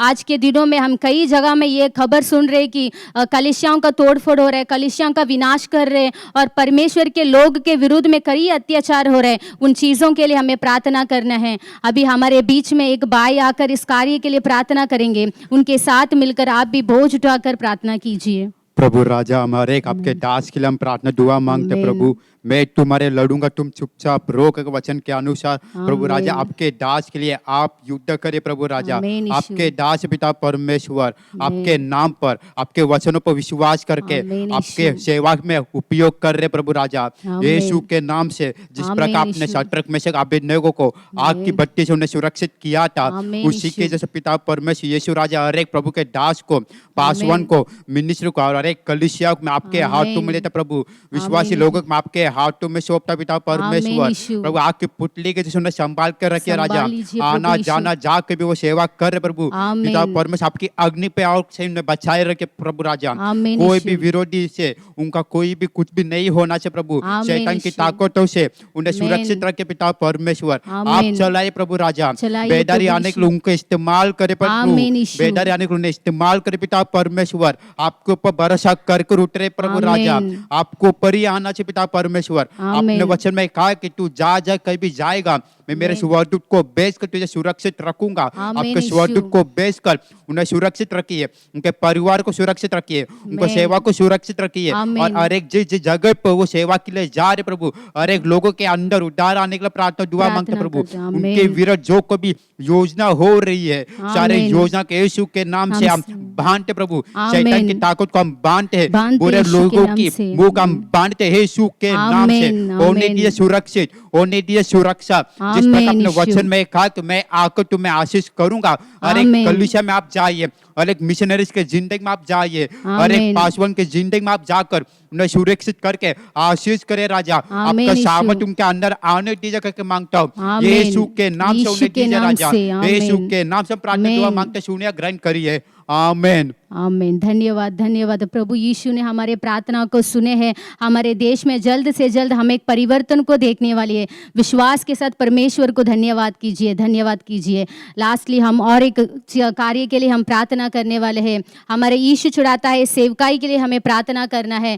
परमेश्वर की ओर चुना गया इस सेवकाई के लिए हमें प्रार्थना करना है। परमेश्वर ने इस सेवकाई के लिए एक दर्शन दिए हैं, वो है 2030 तक हमें 50 करोड़ लोगों को सुसमाचार बताना है और 5 करोड़ लोगों को यीशु की ओर चलाना है। उस दर्शन पूरा होने के लिए हमें प्रार्थना करना है। प्रार्थना कीजिए, प्रार्थना कीजिए। धन्यवाद यीशु, हम आपको धन्यवाद करते हैं इस अंतिम समय बेदारी के लिए। प्रभु यीशु, आपने हमारे यीशु चुराता है सेवकाई को चुने हैं, इसलिए हम आपको धन्यवाद करते हैं। मन की गहराई से प्रभु यीशु हम आपको धन्यवाद करते हैं। इस सेवकाई में जो कोई प्रभु यीशु सेवकाई कर रहे हैं, उन हर एक स्टाफ्स के लिए हम प्रार्थना कर रहे हैं, हर एक लोगों के लिए हम प्रार्थना कर रहे हैं। प्रभु यीशु, उनके ऊपर प्रभु यीशु आपका सामर्थ्य उतर जाए, आपका सामर्थ्य उतर जाए। आपके दर्शन को समझकर उसकी ओर चलाने के लिए आप उन्हें ज्ञान दीजिए। प्रभु यीशु, हर एक लोगों को प्रभु यीशु आप उपयोग कीजिए, हर एक डिपार्टमेंट्स को प्रभु यीशु आप उपयोग कीजिए। आमीन। प्रभु यीशु, इस दर्शन पूरा होने के लिए हम जो कोई प्रयास करते हैं प्रभु यीशु, उसे आप पूरा कीजिए। प्रार्थना कीजिए, प्रार्थना कीजिए। अभी भी हमारे बीच में एक भाई आकर इस कार्य के लिए प्रार्थना करेंगे, उनके साथ आप भी मिलकर इस कार्य के लिए प्रार्थना कीजिए। हमारे स्वर्गीय पिता जी यीशु मसीह, इस अद्भुत समय के लिए बहुत धन्यवाद। जीसस रिडीम्स मिनिस्ट्रीज का विजन के लिए हम लोग प्रार्थना करते पिताजी। 2030 तक हम लोग 50 करोड़ आदमी को सुसमाचार बताने के लिए और 5 करोड़ आदमी को उधार में लाने के लिए मदद कीजिए। और सभी तरह का डिपार्टमेंट के लिए हम लोग प्रार्थना करते पिताजी। सभी डिपार्टमेंट को आप आशीष कीजिए, सभी सर्वेंट्स को आप आशीष कीजिए पिताजी। दुनिया में रहना कर सभी लोगों को सुसमाचार बोलने के लिए मदद कीजिए। Give us strength to run O God, in name of Jesus हम लोग प्रार्थना करते पिताजी, यीशु के नाम से प्रार्थना करते पिताजी। आमीन, आमीन, आमीन, आमीन। धन्यवाद। प्रभु यीशु ने हमारे प्रार्थनाओं को सुने हैं, प्रभु यीशु ने हमारे प्रार्थनाओं को सुने हैं, इसलिए प्रभु को धन्यवाद कीजिए, धन्यवाद कीजिए। जल्द से जल्द इस यीशु चुराता है सेवकाई के लिए परमेश्वर ने जो दर्शन दिए हैं वो पूरा होने के लिए परमेश्वर को धन्यवाद कीजिए, धन्यवाद कीजिए। धन्यवाद।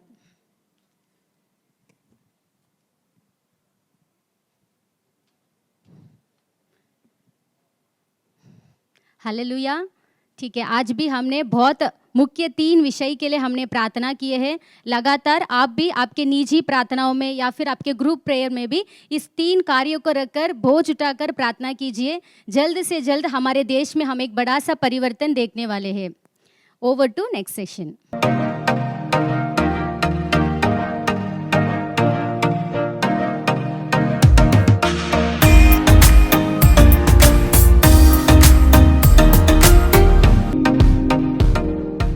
अब इतना देर आप लोग प्रार्थना कर रहे थे ना, परमेश्वर हमारा प्रार्थना को सुने हैं। जल्दी से परमेश्वर ये सारा सुसमाचार हम लोग विश्व पूरा उसको जो फैलने के लिए उसको ज्ञान और बुद्धि कृपा से परमेश्वर हमें भरेंगे। तो अभी भी हम बहुत मुख्य समय में आए हैं, संदेश सुनने वाले हैं। प्रभु आपसे बात करने का समय ही है, ये बहुत अब ध्यान से सुनना है। सचमुच परमेश्वर आपसे बात करेंगे। सारा बोझ सब कुछ हटाकर एक साइड में रखकर इस संदेश को ध्यान से अब सुनिए। आपको समझ नहीं आने से भी आप एक जगह पर बैठकर परमेश्वर उस ज्ञान और कृपा से मुझे भरिए, उस संदेश सुनने का तरह उस कृपा से भरिए कर आप प्रार्थना के साथ इस संदेश को सुनिए। Over to message section.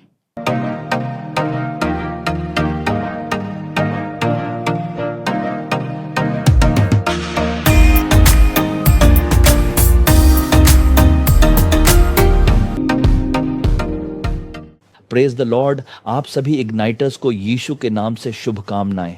प्रभु की महान कृपा से 2021 से इग्नाइटर्स के रूप में आप सभी जागृति की अग्नि को अपने जिलों और राज्यों में फैलाते जा रहे हैं। प्रभु की महान कृपा से अब तक हमने 27 लाख घंटे प्रार्थना की है। 1-2 घंटे नहीं, बल्कि हमने लोगों के लिए 27 लाख घंटे प्रार्थना की है।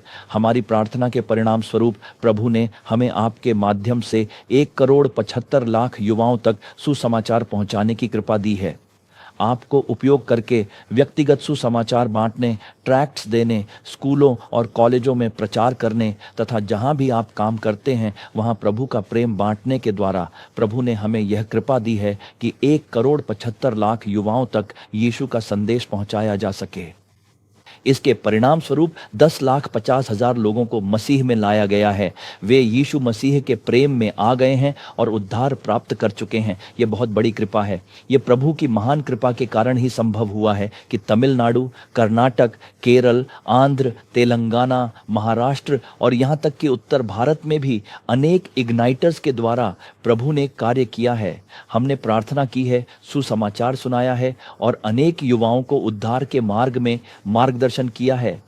हमें थोड़ा रिवाइज करना चाहिए। अब हमारा अगला टारगेट क्या है जानते हैं? अगले 5 सालों में हमें और कितने लोगों तक पहुंचना है? उस 10 करोड़ का लक्ष्य थोड़ा कम करके अब हम 8 करोड़ युवाओं तक पहुंचने जा रहे हैं। लाखों युवाओं को लाभान्वित करने जा रहे हैं। अब तक हमने 1,75,00,000 लोगों तक सुसमाचार पहुंचाया है। अभी 5 करोड़ बाकी हैं जिन्हें हम अगले 5 सालों में पहुंचा सकते हैं। हम इसे जल्दी ही हासिल करने जा रहे हैं, इसलिए इसके लिए प्रार्थनाएं चाहिए। आपको उठकर कार्य करना होगा। इस साल आपके लिए एक वचन दिया गया है, प्रकाशित वाक्य अध्याय 22 वचन 12। देखो मैं शीघ्र आ रहा हूं, हर एक को उसके काम के अनुसार मैं उसका प्रतिफल लेकर आ रहा हूं। उस दिन वह कह रहे हैं, क्या तुमने मेरे लिए सच्चाई से दौड़ लगाई है? क्या तुमने मेरे लिए मेहनत की है? उसी के अनुसार तुम्हें प्रतिफल मिलेगा, ऐसा प्रभु तुमसे कह रहे हैं। एक और प्रभु के लिए उठने वाले युवाओं के लिए प्रभु का आगमन एक बहुत बड़ी खुशी है। उस दिन वे आनंदित होने वाले हैं। जो लोग उनके लिए सच्चाई से जिए हैं उनके लिए यह एक ओर है, लेकिन दूसरी ओर बहुत से युवा ऐसे हैं जिन्होंने यीशु को जानने के बावजूद भी अनजान लोगों की तरह जीवन जी रहे हैं। हमने यीशु को जाना था, लेकिन अब वे यीशु से दूर होकर जी रहे हैं। ऐसे लोगों से आप एक बात कह सकते हैं, जानते हैं क्या? देखो यीशु शीघ्र ही आ रहे हैं। जिन्होंने आकाश और पृथ्वी की रचना की वही प्रभु पहले एक बालक के रूप में, उद्धारकर्ता के रूप में आए थे, लेकिन वे फिर से आने वाले हैं। जो आने वाले हैं वे एक न्यायाधीश के रूप में आने वाले हैं। तुम्हारे न्याय और धार्मिकता के अनुसार तुम्हारे हर एक कार्य के लिए उसके अनुसार प्रतिफल देने के लिए वे आ रहे हैं। कौन सा कार्य?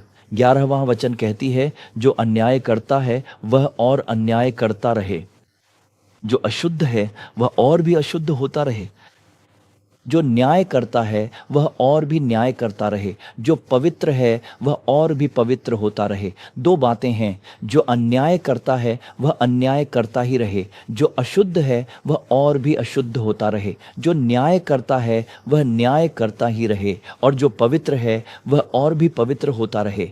आप में से बहुत लोग प्रभु के लिए उत्साहपूर्वक जीवन जी रहे हैं, उद्धार पाए हैं। जिन लोगों का जीवन पूरी तरह बदल गया है वे उद्धार के बाद प्रभु के लिए महान कार्य कर रहे हैं। उन्हें देखकर वह यहोवा कह रहे हैं, अब पवित्रता में आगे बढ़ते रहो और न्यायपूर्ण विचारों के साथ कार्य करो। तुम्हारे आसपास कई युवा हैं जो पवित्रता में नहीं हैं। कुछ युवा यीशु को नहीं जानते और कुछ जानते हुए भी उससे दूर रहते हैं। उन्हें बताने के लिए एक संदेश है। पता है क्या? उद्धारकर्ता यीशु बहुत जल्द न्यायाधीश के रूप में आने वाले हैं। तुम्हारे कार्यों के अनुसार वे तुम्हें प्रतिफल देंगे, यह कहना चाहिए। आज जब प्रभु का प्रेम बताया जा रहा है, उसी समय प्रभु का न्याय भी आने वाला है। जब यीशु आएंगे तब वे क्या करेंगे? अगर वे अब भी अशुद्धता में या अधर्म में जी रहे हैं तो क्या होगा? आपको ही उठकर बताना चाहिए। आपको यीशु के आगमन की घोषणा करनी है। यीशु बहुत जल्द आ रहे हैं और जब वे आएंगे तो वे प्रतिफल लेकर आएंगे। हमें सबको प्रतिफल मिलेगा, लेकिन अगर उन्हें नहीं मिला तो तब आपको उठकर बताना चाहिए कि क्या हो रहा है। यही हो रहा है। अब्राहम के दिनों में लोग थे, वे कैसे थे? वे अधर्म में जीते थे, अधर्म का जीवन जीते थे, अधर्म का जीवन जीते थे। वे अन्याय करने वाले थे, ऐसा वचन कहता है। उत्पत्ति का 18वां अध्याय 20वां वचन उस दिन यही कहता है। उनके पाप बहुत ही भयानक थे। अब्राहम के दिनों में सदोम और गोमोराह के लोगों के पाप बहुत ही भयानक थे। 21वें वचन में लिखा है, इसलिए मैं उतर कर देखूंगा कि उसकी जैसी चिल्लाहट मेरे कान तक पहुंची है। उन्होंने ठीक वैसा ही काम किया है कि नहीं, और न किया हो तो मैं उसे जान लूंगा। प्रभु के लिए इन लोगों के किए गए पाप इतने गंभीर थे। क्या आप जानते हैं कि सदोम और गोमोराह के दिनों में कौन सा पाप हुआ था? वह था समलैंगिकता का पाप। Homosexuality was the sin, was predominantly in Sodom और गोमोराह। जब लूत ने पहली बार देखा तो वह जगह बाहर से बहुत हरी भरी और सुंदर लग रही थी, लेकिन जब लूत अंदर गया और उस शहर को देखा तो वहां बहुत पाप था। उस पाप की चरम सीमा क्या थी जानते हो? बाइबल कहती है, उत्पत्ति के 19वें अध्याय के 4 वचन में लिखा है, उनके 100 जाने के पहले उस सदोम नगर के पुरुषों ने जवानों से लेकर बूढ़ों तक वरन चारों ओर के सब लोगों ने आकर उस घर को घेर लिया। उस पाप को देखने के बाद 2 स्वर्गदूत आते हैं। ये 2 स्वर्गदूत मनुष्य के रूप में आते हैं। जब वे लूत के घर में प्रवेश करते हैं तो सभी लोग उन्हें देख रहे होते हैं। उन 2 व्यक्तियों के साथ पाप करने के लिए जवानों से लेकर बूढ़ों तक सब लोग अन्याय करने के लिए तैयार थे। वे जाकर लूत के दरवाजे को पीटते हैं। वे कहते हैं, उन दोनों व्यक्तियों को बाहर लाओ ताकि हम पाप कर सकें। इतनी हद तक पाप फैल गया था, पाप बहुत बढ़ गया था। सोचकर देखिए, क्या कोई योगी भी इसकी कल्पना कर सकता है? बहुत से लोग पाप अनजाने में कर बैठते हैं, लेकिन यहाँ तो यह पाप जानबूझकर खुलेआम किया जा रहा था। वे इसे खुलेआम कर रहे थे, किसी को भी डर नहीं था। वे कह रहे थे, यही हमारी संस्कृति है, यही हमारा काम है, और उन्होंने इसे खुलेआम करना शुरू कर दिया था। आज भी यही सब हो रहा है। कई जगहों पर पाप फैला हुआ है। अब बहुत सारे युवा पाप के अधीन हो गए हैं। हाल ही में एक रिपोर्ट के अनुसार भारत की जनसंख्या में 10,212 या 15% लोग इस तरह के पाप के गुलाम बन गए हैं, और ऐसे पापों को चाहने वालों की संख्या बढ़ती जा रही है। इसका क्या मतलब है? क्योंकि सदोम और गोमोराह में यह पाप बहुत बढ़ गया था, इसलिए प्रभु का क्रोध उन पर आया। उनके ऊपर प्रभु का क्रोध आने के कारण उन लोगों पर एक बड़ी विनाश आई। मैं जो देख रहा हूं वही बात हमारे भारत के लोगों में भी है। यह पाप भारतीयों के बीच बढ़ता ही जा रहा है। यह सिर्फ तमिलनाडु में ही नहीं है, हर राज्य, हर जिले में यह विशेष पाप दिन ब दिन बढ़ता ही जा रहा है। कुछ साल पहले हजारों में था, कुछ साल पहले लाखों में था, अब यह पाप करोड़ों में बदलता जा रहा है। लोग इस पाप में डूबते जा रहे हैं। जहाँ भी देखो अश्लीलता के काम है, जहाँ भी देखो पाप है, जहाँ भी देखो लोग निर्भीक होकर कहते हैं, मैं यह पाप करता हूँ। जैसे सदोम और गोमोराह में लोग उस पाप को निर्भीक होकर करते थे, किसी से डरते नहीं थे, किसी को शर्म नहीं थी, खुलेआम पाप करते हैं। वैसे ही मुझे भी लगता है कि ये लोग भी वैसा ही कर रहे हैं। यीशु के सिंहासन पर इन लोगों के लिए एक बोझ है। एक तरफ वे प्रेममय परमेश्वर हैं, दूसरी तरफ वे न्यायी परमेश्वर हैं। ऐसे पाप को देखकर वे कैसे चुप रह सकते हैं? वे कैसे चुप रह सकते हैं? एक न्याय का फैसला सदोम और अमोरा के लोगों पर आया। आग और गंधक गिरकर सदोम और अमोरा को नष्ट कर दिया। दूसरी ओर अब्राहम के दिन चल रहे हैं। एक और तरफ नूह के दिनों में भी ऐसा ही एक काम हुआ, जैसा कि वचन कहता है। उत्पत्ति 6 अध्याय 5वें वचन में लिखा है कि मनुष्य की बुराई पृथ्वी पर बहुत बढ़ गई थी। उसके हृदय की सभी कल्पनाएं और विचार हर समय बुराई की ओर ही थीं। प्रभु ने देखा कि सब कुछ बुरा ही है। जब भी देश में पाप बढ़ता है वह उसे देखता है, वह नीचे उतरते हैं। जैसे अब्राहम के दिनों में नीचे आए थे, अरे क्या हो रहा है, ऐसे ही नीचे आकर देखा। यहाँ नूह के दिनों में भी वह देख रहे हैं कि लोग लगातार बुराई ही कर रहे हैं। उनके दिल और विचार हर समय बुरे ही हैं। हर एक मिनट वो बुरी बातें ही सोच रहे थे, वही सब बुरी बातें थीं। ऐसा ही नूह के दिनों में था, हर समय बुराई ही थी। पृथ्वी पर मनुष्य को बनाया है, इसके लिए प्रभु को दुख हुआ। यह उनके दिल को बहुत दुखी कर गया। मैंने इंसान को क्यों बनाया, किस लिए बनाया? इस बात को लेकर प्रभु को इतना दुख हुआ, इतना पछतावा हुआ, क्योंकि वहां पाप से भर गया था। नूह के दिनों में एक न्याय का फैसला आया, एक न्यायिक निर्णय।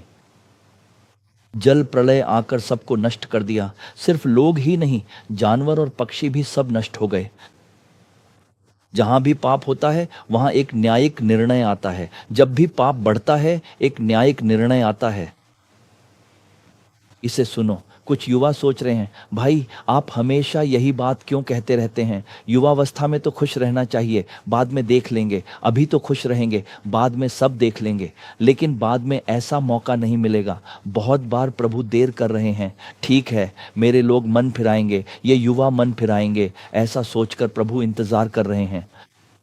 वचन कहता है 2 पतरस 3 अध्याय 9वां वचन, प्रभु अपनी प्रतिज्ञा के विषय में देर नहीं करता, जैसी देर कितने लोग समझते हैं, पर तुम्हारे विषय में धीरज धरता है और नहीं चाहता कि कोई नाश हो, वरन यह कि सबको मन फिराव का अवसर मिले। प्रभु बहुत से लोगों के प्रति धैर्यवान हैं, इसलिए ही वे इतना धैर्य दिखा रहे हैं।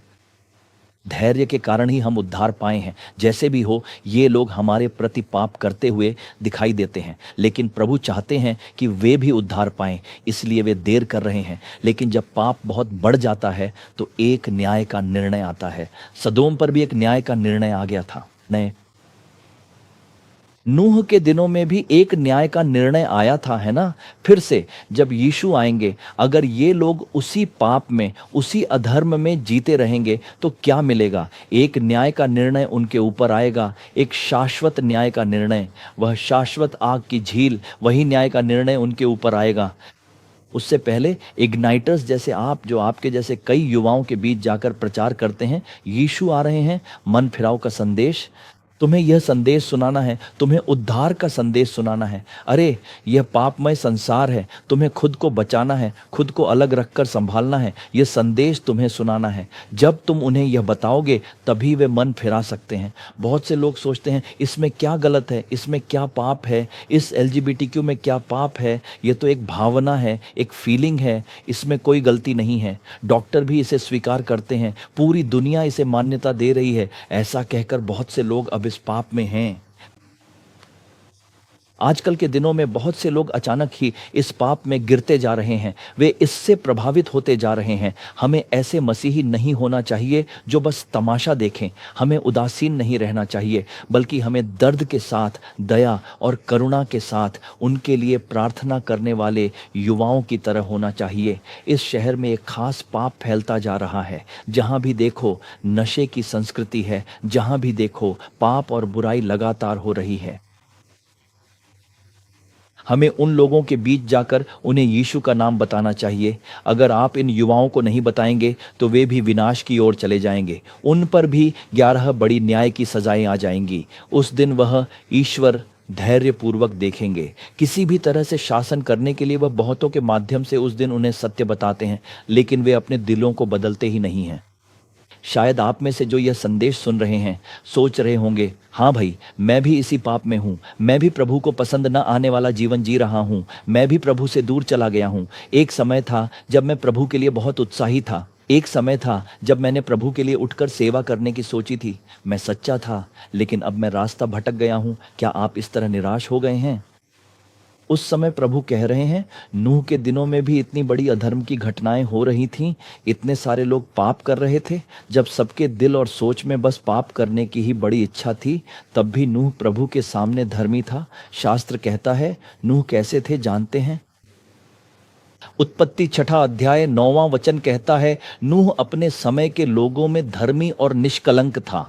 नूह परमेश्वर के साथ चलता था। 2 बातें, वह निष्कलंक था, वह धर्मी था। He was a righteous man.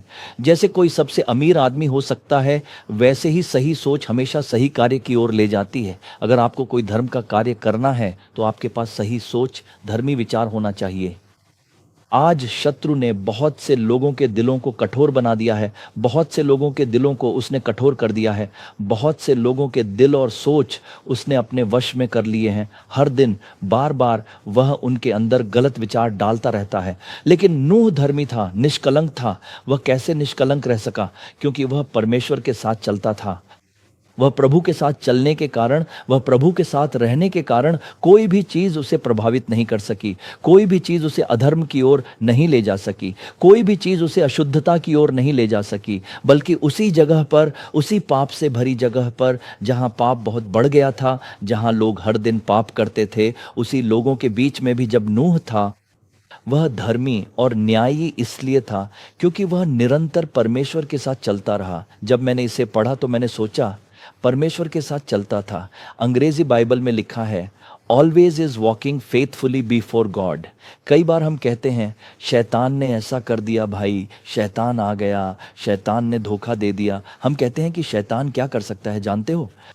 पाप, संसार और इच्छाओं को दिखाकर हमें मोहित करने और आकर्षित करने के लिए ही ये सब दिखाया जाता है। लेकिन अगर हमारी नज़रें प्रभु पर टिकी हों, अगर हमारी आंखें प्रभु पर केंद्रित हों, तो वह हमें भटका नहीं सकता, वह हमें रास्ता बदलने के लिए मजबूर नहीं कर सकता, उसकी बुराई हमें भ्रष्ट नहीं कर सकती।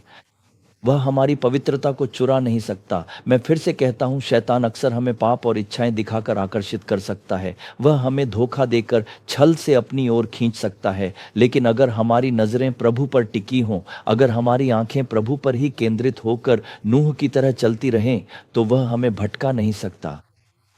वह हमें रास्ता बदलने के लिए मजबूर नहीं कर सकता। वह हमें अशुद्ध भी नहीं कर सकता। वह हमारी पवित्रता भी नहीं चुरा सकता। शैतान के पास कोई शक्ति नहीं है। हमारे ऊपर, हमारे विचारों के बिना हमारे सिर के ऊपर एक कौवा उड़ता है, इसे हम रोक नहीं सकते। लेकिन क्या हम उसे हमारे सिर पर घोंसला बनाने से रोक सकते हैं?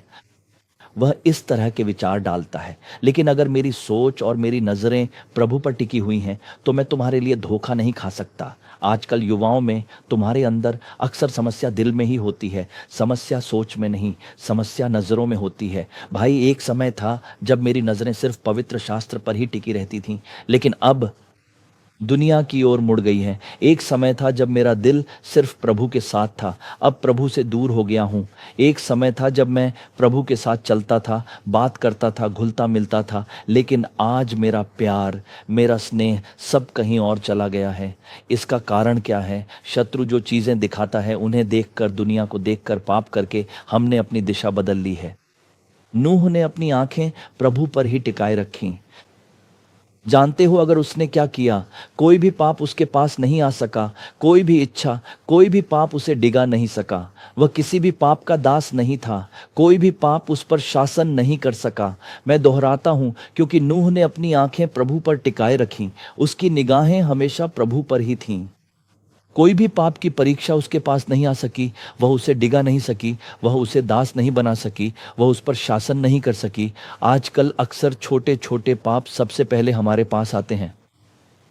कुछ पाप हमें डगमगाते हैं, कुछ पाप हमें दास बना लेते हैं, उसके बाद ही वे हम पर शासन करते हैं। शैतान जीवन में एक एक कदम धीरे धीरे लाता है, लेकिन उसने कभी भी नोवा को जगह नहीं दी। इतने पापमय संसार में आज भी कई जगहों पर पाप इसी तरह फैला हुआ है। कुछ समय पहले अगर किसी को पाप करना होता तो उसे कहीं दूर जाकर कोई गलत दृश्य देखना पड़ता, तभी पाप करने की इच्छा होती थी। लेकिन आजकल जहाँ भी हैं वहीं मोबाइल फ़ोन में गलत विचारों को देखना और रखना संभव हो गया है। इस हद तक पाप बहुत तेज़ी से पानी की तरह फैल गया है। हर जगह आप देख सकते हैं कि पाप व्याप्त है। बच्चे कहते हैं कि पहले पाप दरवाजे की चौखट पर पड़ा रहता था, लेकिन आज पाप जेब में है। इस हद तक पाप बढ़ गया है, लेकिन इसके बीच भी पवित्रता से रहने का अवसर है। जब आप परमेश्वर के साथ चलते हैं, तो क्या आज यह वचन सुनने वाले आपसे परमेश्वर बात कर रहे हैं? क्या आप सोचते हैं, अरे यीशु आने वाले हैं, अगर यीशु अभी आ जाए तो मेरी स्थिति क्या होगी? क्या आप सोचते हैं कि अगर यीशु इसी क्षण आ जाए तो मेरी स्थिति क्या होगी? आज इसी कारण से प्रभु आपसे बात कर रहे हैं, क्योंकि वह आपसे प्रेम करते हैं। इसीलिए कहते हैं, मेरे बेटे, मेरी बेटी, तुम्हें उठना चाहिए। जब मैं आऊं तब तुम छोड़े ना जाओ। जब मैं आऊं तब मैं तुम्हें आशीर्वाद दूं। जब मैं आऊं तब मैं तुम्हें देखकर खुश होऊं और तुम्हारे लिए जो फल है वह मैं तुम्हें दूं। ऐसी इच्छा के साथ प्रभु आ रहे हैं। लेकिन शत्रु ने तुम्हें बहकाकर किसी और रास्ते पर ले गया है, लेकिन आज प्रभु ही हैं।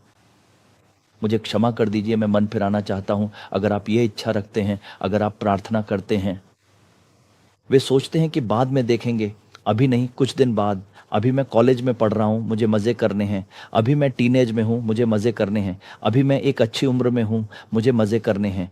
आई सी यू लेटर। शैतान बहुत लोगों को बहुत बार यही शब्द कहने के लिए उकसाता है, अभी नहीं, बाद में।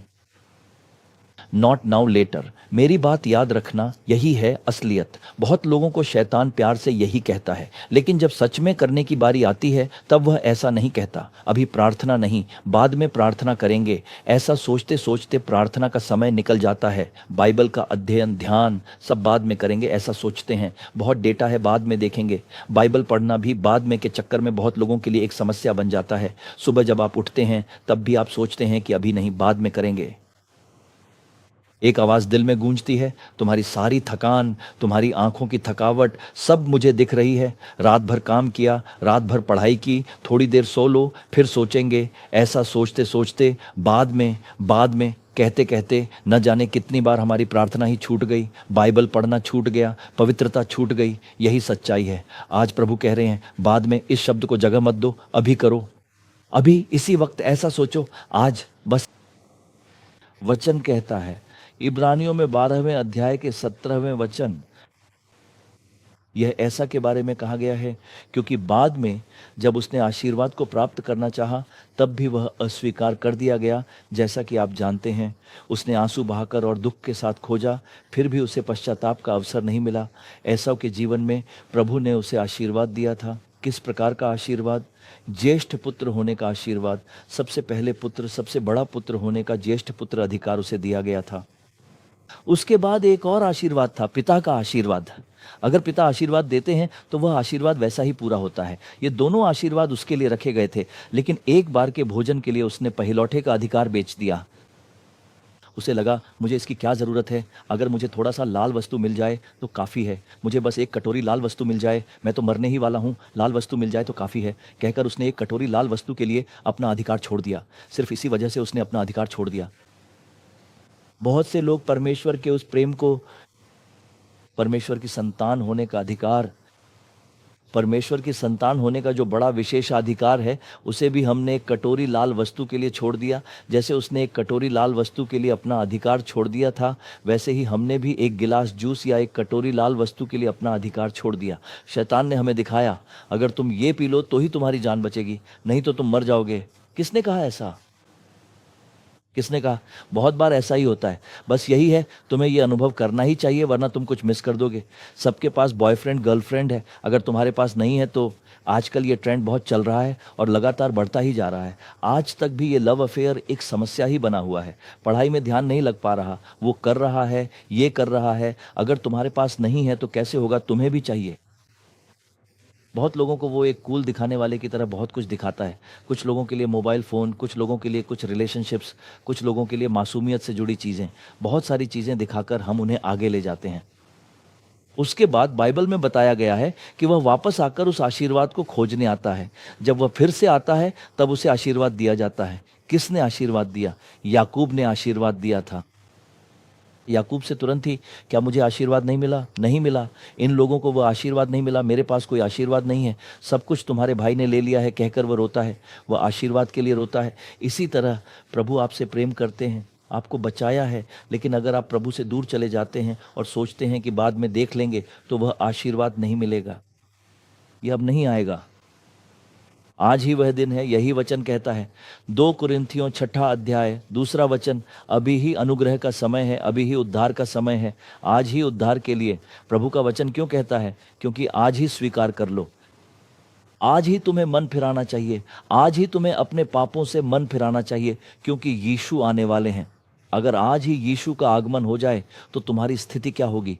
तुम अपनी अनंतता कहाँ बिताओगे? तुम अपनी अनंतता कहाँ बिताने वाले हो? क्या सिर्फ तुम्हारे नाम के आगे यीशु होना या मसीही कहलाना ही काफ़ी है? तुम्हारी जिंदगी यीशु के लहू से धुली हुई होनी चाहिए और तुम्हारा जीवन उद्धार के अनुभव में आ चुका होना चाहिए। अगर तुम मसीही हो तो सिर्फ नाम से नहीं, मैं मसीही हूँ ऐसा कहने से कुछ नहीं होता, मुझे यीशु के बारे में पता है, सिर्फ इतना कहकर धोखा मत खाओ। अगर तुम्हारे पास उद्धार का अनुभव नहीं है, अगर तुम्हारे पास यह अनुभव नहीं है कि यीशु ने मेरे पापों को क्षमा किया, अगर तुम यीशु के लिए धर्मी जीवन नहीं जी रहे हो, अगर तुम यीशु के लिए पवित्र जीवन नहीं जी रहे हो, तो जब समय आएगा तुम्हें कुछ भी नहीं मिलेगा। तुम्हें कुछ भी नहीं मिलेगा, तुम सब कुछ खो दोगे। आज ही मन फिराओ। ऐसे ही एक सभा में एक बहन ने उसकी बात सुनी, एक बहन ने उसकी बात मानी। एक बहुत बड़ी पॉप सिंगर, बेहद प्रसिद्ध पॉप सिंगर, बहुत बड़ी शोहरत, उनमें ज़बरदस्त प्रतिभाएं और लय आदि सब कुछ था। जब वह सड़क पर कार में जा रही थी तब एक बड़ा क्रूसेड चल रहा था। एक बड़े दूसरे देश में वह भविष्यवाणी कर रहा था, आज ही मन फिराओ, तुम पाप में जी रहे हो, आज ही तुम मन फिराओ, ये तुम्हारा दिन है, ये तुम्हारा उद्धार का दिन है, पश्चाताप करो, ऐसा एक प्रचारक बोल रहे थे। वह वहीं खड़ी होकर सुन रही थी उस कार में, कांच के दरवाजे के पास। हाँ, अरे जो बोल रहे हैं वह सच है, मैं सच में एक पापी हूँ, मुझे अपने पापों से मन फिराना चाहिए, मैं बहुत दूर चली गई हूँ, बहुत दूर भटक गई हूँ, मैं 2 बार भटक गई हूँ। वह अपने मन में सोच रही थी। सोचते सोचते जब वह खत्म करती है, एक विचार आता है, लेकिन आज नहीं। ऐसा सोचकर फिर भी उसने अपने मन में यह तय किया कि वह मसीह को अपना व्यक्तिगत उद्धारकर्ता स्वीकार करेगा। मैं यीशु को अपना मानना चाहता हूँ, लेकिन आज नहीं, कल। ऐसा डायरी में लिखकर हिम्मत के साथ कार तेजी से चला गया। वो कार एक दुर्घटना में फंस गई, सब कुछ वहीं खत्म हो गया, उसकी जिंदगी भी वहीं समाप्त हो गई। जब उस हादसे की जांच करने पुलिस आई तो उन्होंने देखा कि डायरी नीचे गिरकर पड़ी थी, उसमें उसने तारीख और समय लिखकर वो बातें लिखी थीं। मैं एक सच्चे प्रशंसक के रूप में स्वीकार करना चाहता हूं, लेकिन आज नहीं तो कल, कल कभी नहीं आता, कल कभी नहीं आता आपकी जिंदगी में। आज ही उद्धार का दिन है, मेरे कारण है। आज ही उद्धार का दिन है, मेरे कारण आज ही आपसे बात कर रहे हैं। और मैं भी खुद को बदलता हूं।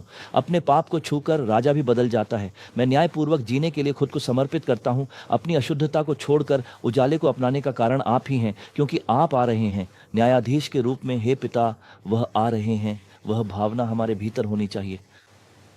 नूह के दिनों में जब इतने सारे लोग पाप में थे, तब भी उसने परमेश्वर के साथ चलकर प्रभु के लिए पवित्र जीवन जिया, क्योंकि वह प्रभु के साथ चलता था। आज के समय में हम अधिकतर समय किसके साथ रहते हैं? हम अपना समय किसके साथ बिता रहे हैं? युवाओं को इस बारे में सोचना चाहिए। क्या पहले के समय में हम परमेश्वर के साथ समय बिताते थे, लेकिन आजकल क्या दुनिया, दोस्त और दूसरी चीजें ही हमारा समय चुरा रही हैं?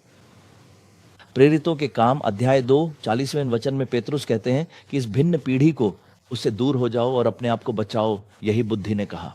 पेतरुस भी प्रचार करते हुए लोगों से कहता है, तुम कहते हो कि मैं परमेश्वर से प्रेम करता हूं, मैं प्रभु को चाहता हूं, मैं पवित्र जीवन जीना चाहता हूं, लेकिन फिर भी आप उसी जगह पर हैं, आप उसी पाप की जगह पर हैं। बाहर आओ, उस जगह से बाहर निकलो। जब पाप की परीक्षा आती है तो वह सोचता है और फिर भाग जाता है, दूर चला जाता है। उसी तरह अगर आपको अपनी पवित्रता को बनाए रखना है, अगर आपको अपवित्र जीवन से बाहर आना है, तो हमें दूर जाना होगा।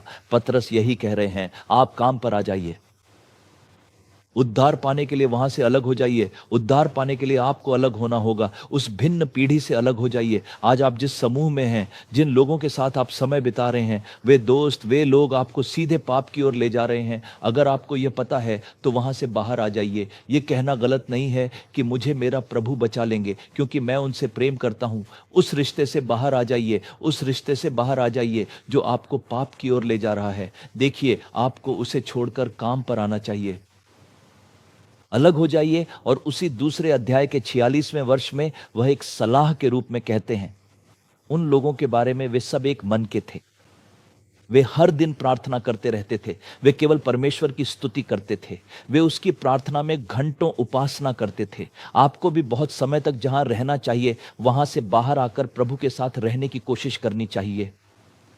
अगर आप एक पवित्र जीवन जीना चाहते हैं, अगर आपको पवित्रता से और परमेश्वर को प्रिय बनकर जीना है, तो आपको उस जगह से अलग होना पड़ेगा। बहुत से लोग कई जगहों पर फंसे हुए हैं, बाहर नहीं निकल पा रहे हैं। लेकिन मैं सोचता हूं, एक दिन ठीक है, एक हफ्ता ठीक है, 10 दिन ठीक है। मेरी पवित्रता के अलावा बस 10 दिन ही हैं। उसके बाद मैं कुछ भी नहीं कर सकता। मैं फंसा हुआ हूं। लेकिन यीशु आने वाले हैं। आप तो यही कह रहे हैं।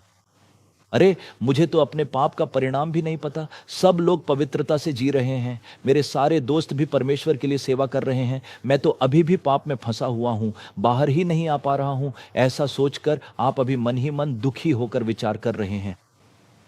उस दिन वह कहते हैं, अगर पुत्र आपको स्वतंत्र करता है तो आप सच में स्वतंत्र होंगे, क्योंकि आपका परमेश्वर आपसे प्रेम करता है। इसीलिए ही आज वह आपसे बात कर रहे हैं। उस पाप से बाहर आ जाइए, उस अशुद्धता से बाहर आ जाइए। यीशु आज आपको क्षमा करने, आपको बचाने और आपके पांव धोने के लिए सच्चे, पवित्र और धर्मी बनकर खड़े हैं।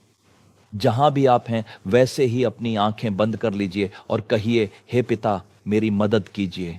एक समय था जब मैं प्रभु के लिए बहुत उत्साही था। मैंने लोगों के सामने पवित्रता से जीने में विजय पाई थी। लेकिन आज एसाव की तरह एक तुच्छ चीज के लिए, जैसे उसने अपनी पैदाइशी अधिकार बेच दी थी, वैसे ही मैंने अपनी पवित्रता बेच दी।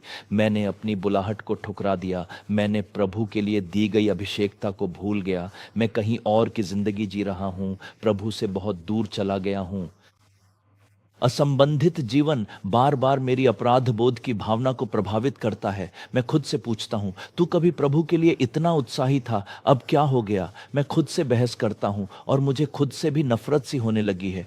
लेकिन आपने अभी तक दिल से यह नहीं कहा, हे पिता मेरी मदद कीजिए। बस एक शब्द कहिए, यीशु मुझे क्षमा कर दीजिए। बस एक शब्द कहिए, हे पिता मेरे पापों को धो दीजिए। हे पिता कहिए कि मेरी मदद कीजिए। जहां भी आप हैं वहीं पर प्रभु की उपस्थिति आपके पास आ रही है। प्रियजन, प्रभु कह रहे हैं, मैं तुम्हारे कार्यों के अनुसार तुम्हें फल दूंगा।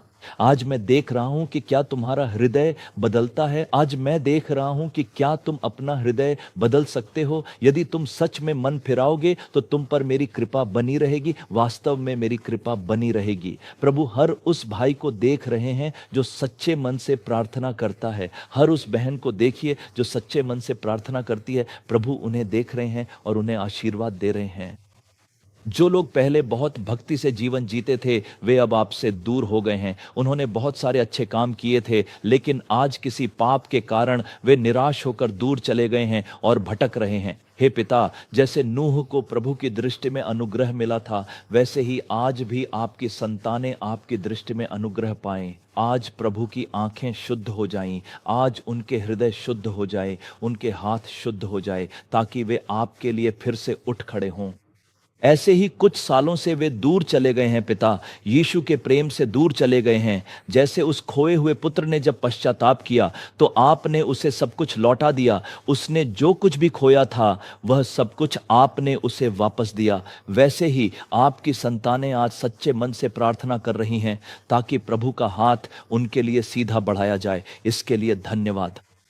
धन्यवाद प्रभु, हम भी आपकी स्तुति करते हैं। धन्यवाद प्रभु, हम भी हार गए हैं। बच्चों को मजबूत कीजिए पिता। वे दिल में दर्द के साथ प्रार्थना कर रहे हैं पिता। यीशु, क्या आप मुझे क्षमा करेंगे? यीशु, क्या आप मुझे नया जीवन देंगे? निश्चित रूप से नया जीवन देंगे। यीशु निश्चित रूप से क्षमा करेंगे। जिसने भी यीशु को पुकारा उसे उन्होंने कभी अनदेखा नहीं किया। उस दिन जब बारतिमेय ने पुकारा, हे प्रभु दाऊद के पुत्र मुझ पर दया कर, जब उसने पुकारा यीशु रुक गए, उसकी ओर मुड़े और उसे बुलाया। वैसे ही आज आपने यीशु को पुकारा है।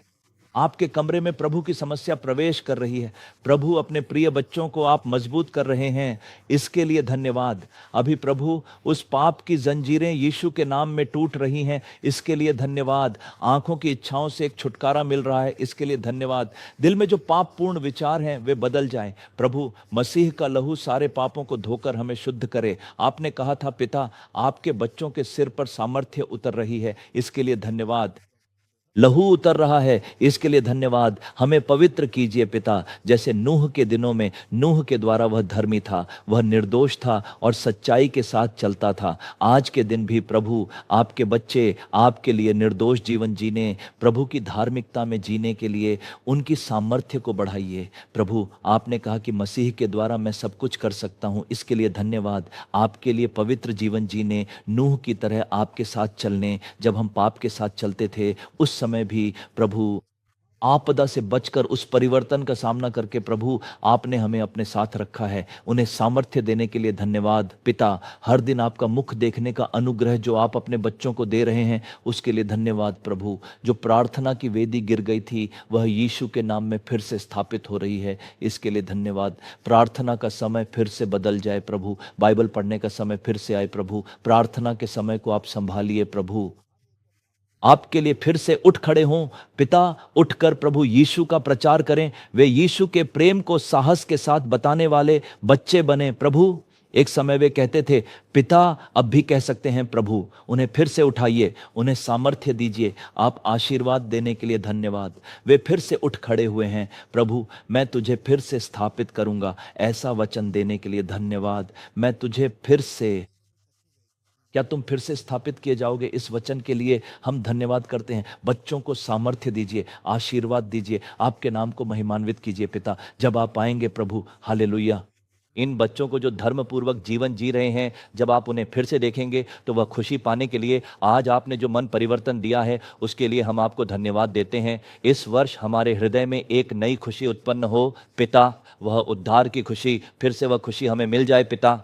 प्रभु इन लोगों को, इस प्रभु को, इस उद्धार को श्रद्धा के साथ उनके पिता की तरह संभालने के लिए आपने उन्हें अनुग्रह दिया है। पिता, आपने उन्हें जो कष्ट सहने का अनुग्रह दिया है ताकि उनका उद्धार पूरा हो सके, उसके लिए धन्यवाद। आपने उन्हें सामर्थ्य दिया, उसके लिए धन्यवाद। आपने बहुतों को एक नया हृदय दिया है पिता, उनके विवाह में आपने उनके हृदय को बदल दिया और प्रभु ने उन्हें नया हृदय दिया, उसके लिए धन्यवाद। नया हृदय मंडप है, पुरानी सारी बातें छुप गई हैं भाई, पुराने दिन सब छुप गए हैं, उसका कोई भी संकेत नहीं है। प्रभु ने नया हृदय दे दिया है। अब आप प्रभु के लिए उठकर प्रकाश की ओर जा रहे हैं, आप प्रभु के लिए उठकर बड़े कार्य करने जा रहे हैं। प्रभु के एक युवक के रूप में प्रभु आपसे प्रसन्न है, आपको देखकर प्रसन्न है। एक युवक के रूप में आप उठने जा रहे हैं। प्रेम के लिए धन्यवाद कहिए। हर एक बच्चे को आशीर्वाद दीजिए पिता। प्रभु आपको आशीर्वाद देने के अनुग्रह के लिए धन्यवाद। माता पिता अपने बच्चों के लिए प्रार्थना करते हैं, अरे मेरा बच्चा बदल जाए, उसका हृदय बदल जाए, ऐसी प्रार्थना करते हैं। पिता उनकी प्रार्थना को प्रभु सुन रहे हैं, उसके लिए धन्यवाद देते हैं। आज प्रभु ने इस घर में उद्धार लाया है। इस वचन के अनुसार प्रभु ने आज कई लोगों को छूकर उन्हें उद्धार दिया है, उसके लिए धन्यवाद। आपने उनके पापों को धोकर उन्हें पवित्र बनाकर प्रभु के आगमन के लिए तैयार किया है। जो लोग आगमन को देख चुके हैं वे प्रतीक्षा कर रहे हैं परिवर्तन के लिए। प्रभु धन्यवाद। आशीर्वाद दीजिए, बड़े कार्य कीजिए, आपकी नाम की महिमा हो जाए। अच्छे पिता, आमीन। आज प्रभु ने कई लोगों से बात की है। इग्नाइटर्स, आपके लिए यह बहुत बड़ी खुशी है कि प्रभु के आगमन पर आपको एक बड़ा इनाम मिलेगा, लेकिन बहुत से युवा रास्ता भटक गए हैं। उन्हें यह वचन सुनाकर प्रभु के पास वापस लाना चाहिए। आज प्रभु ने कई लोगों को फिर से उठाया है। कुछ लोग जो प्रभु के साथ थे वे रास्ते से भटक गए, गलतियां की, पाप किए, लेकिन आज तब प्रभु ने आपको फिर से प्रकट करके आपके पास वापस लाया है। आप लगातार आगे बढ़ते रहेंगे। प्रभु का कृपा आप सब पर बने रहे, आमीन।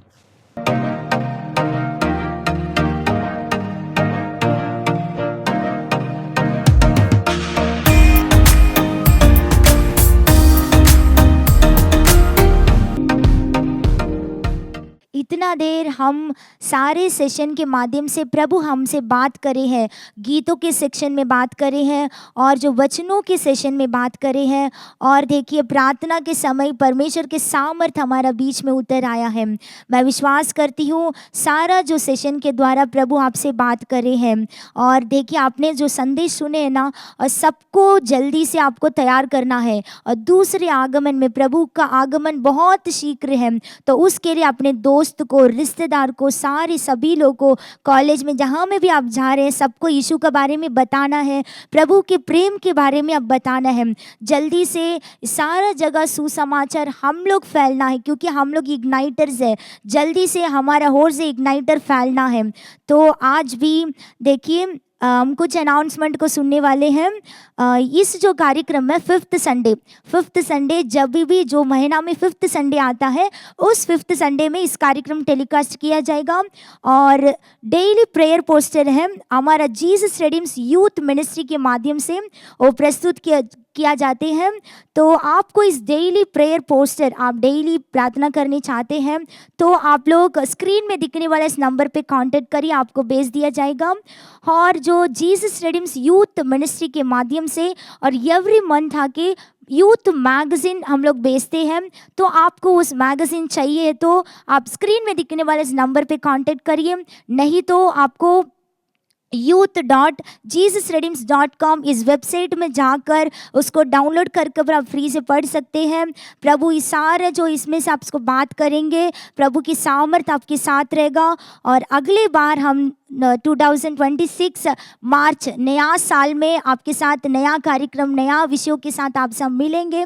तब तक प्रभु की कृपा आपके साथ बने रहेगा। एक छोटा सा प्रार्थना कर इस कार्यक्रम को हम खत्म करेंगे। प्रभु यीशु मसीह, हम आपको धन्यवाद करते हैं, शुरुआत से लेकर अंत तक आपके सामर्थ, आपका कृपा, आपके उपस्थिति हमें था, उसके लिए हम पूरे मन के साथ आपको धन्यवाद करते हैं। सभी से आपने बात करा परमेश्वर, अगला बार हम देखने से अनेक लोगों को गवाही के रूप में अब खड़े करना परमेश्वर, प्रभु यीशु मसीह के नाम से हम मांगते हैं, आमीन।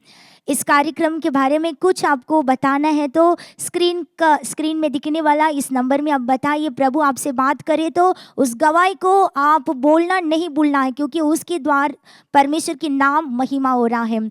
अगले बार हम मिलेंगे। प्रभु यीशु मसीह के नाम की महिमा हो। God bless you. For further details and prayer support, contact Jesus Redeems Ministries, Nalamavadi, Thuthukudi District, 628-211. Our phone number 04639 353535. info@jesusredeems.org. Our website www.jesusredeems.com. God bless you.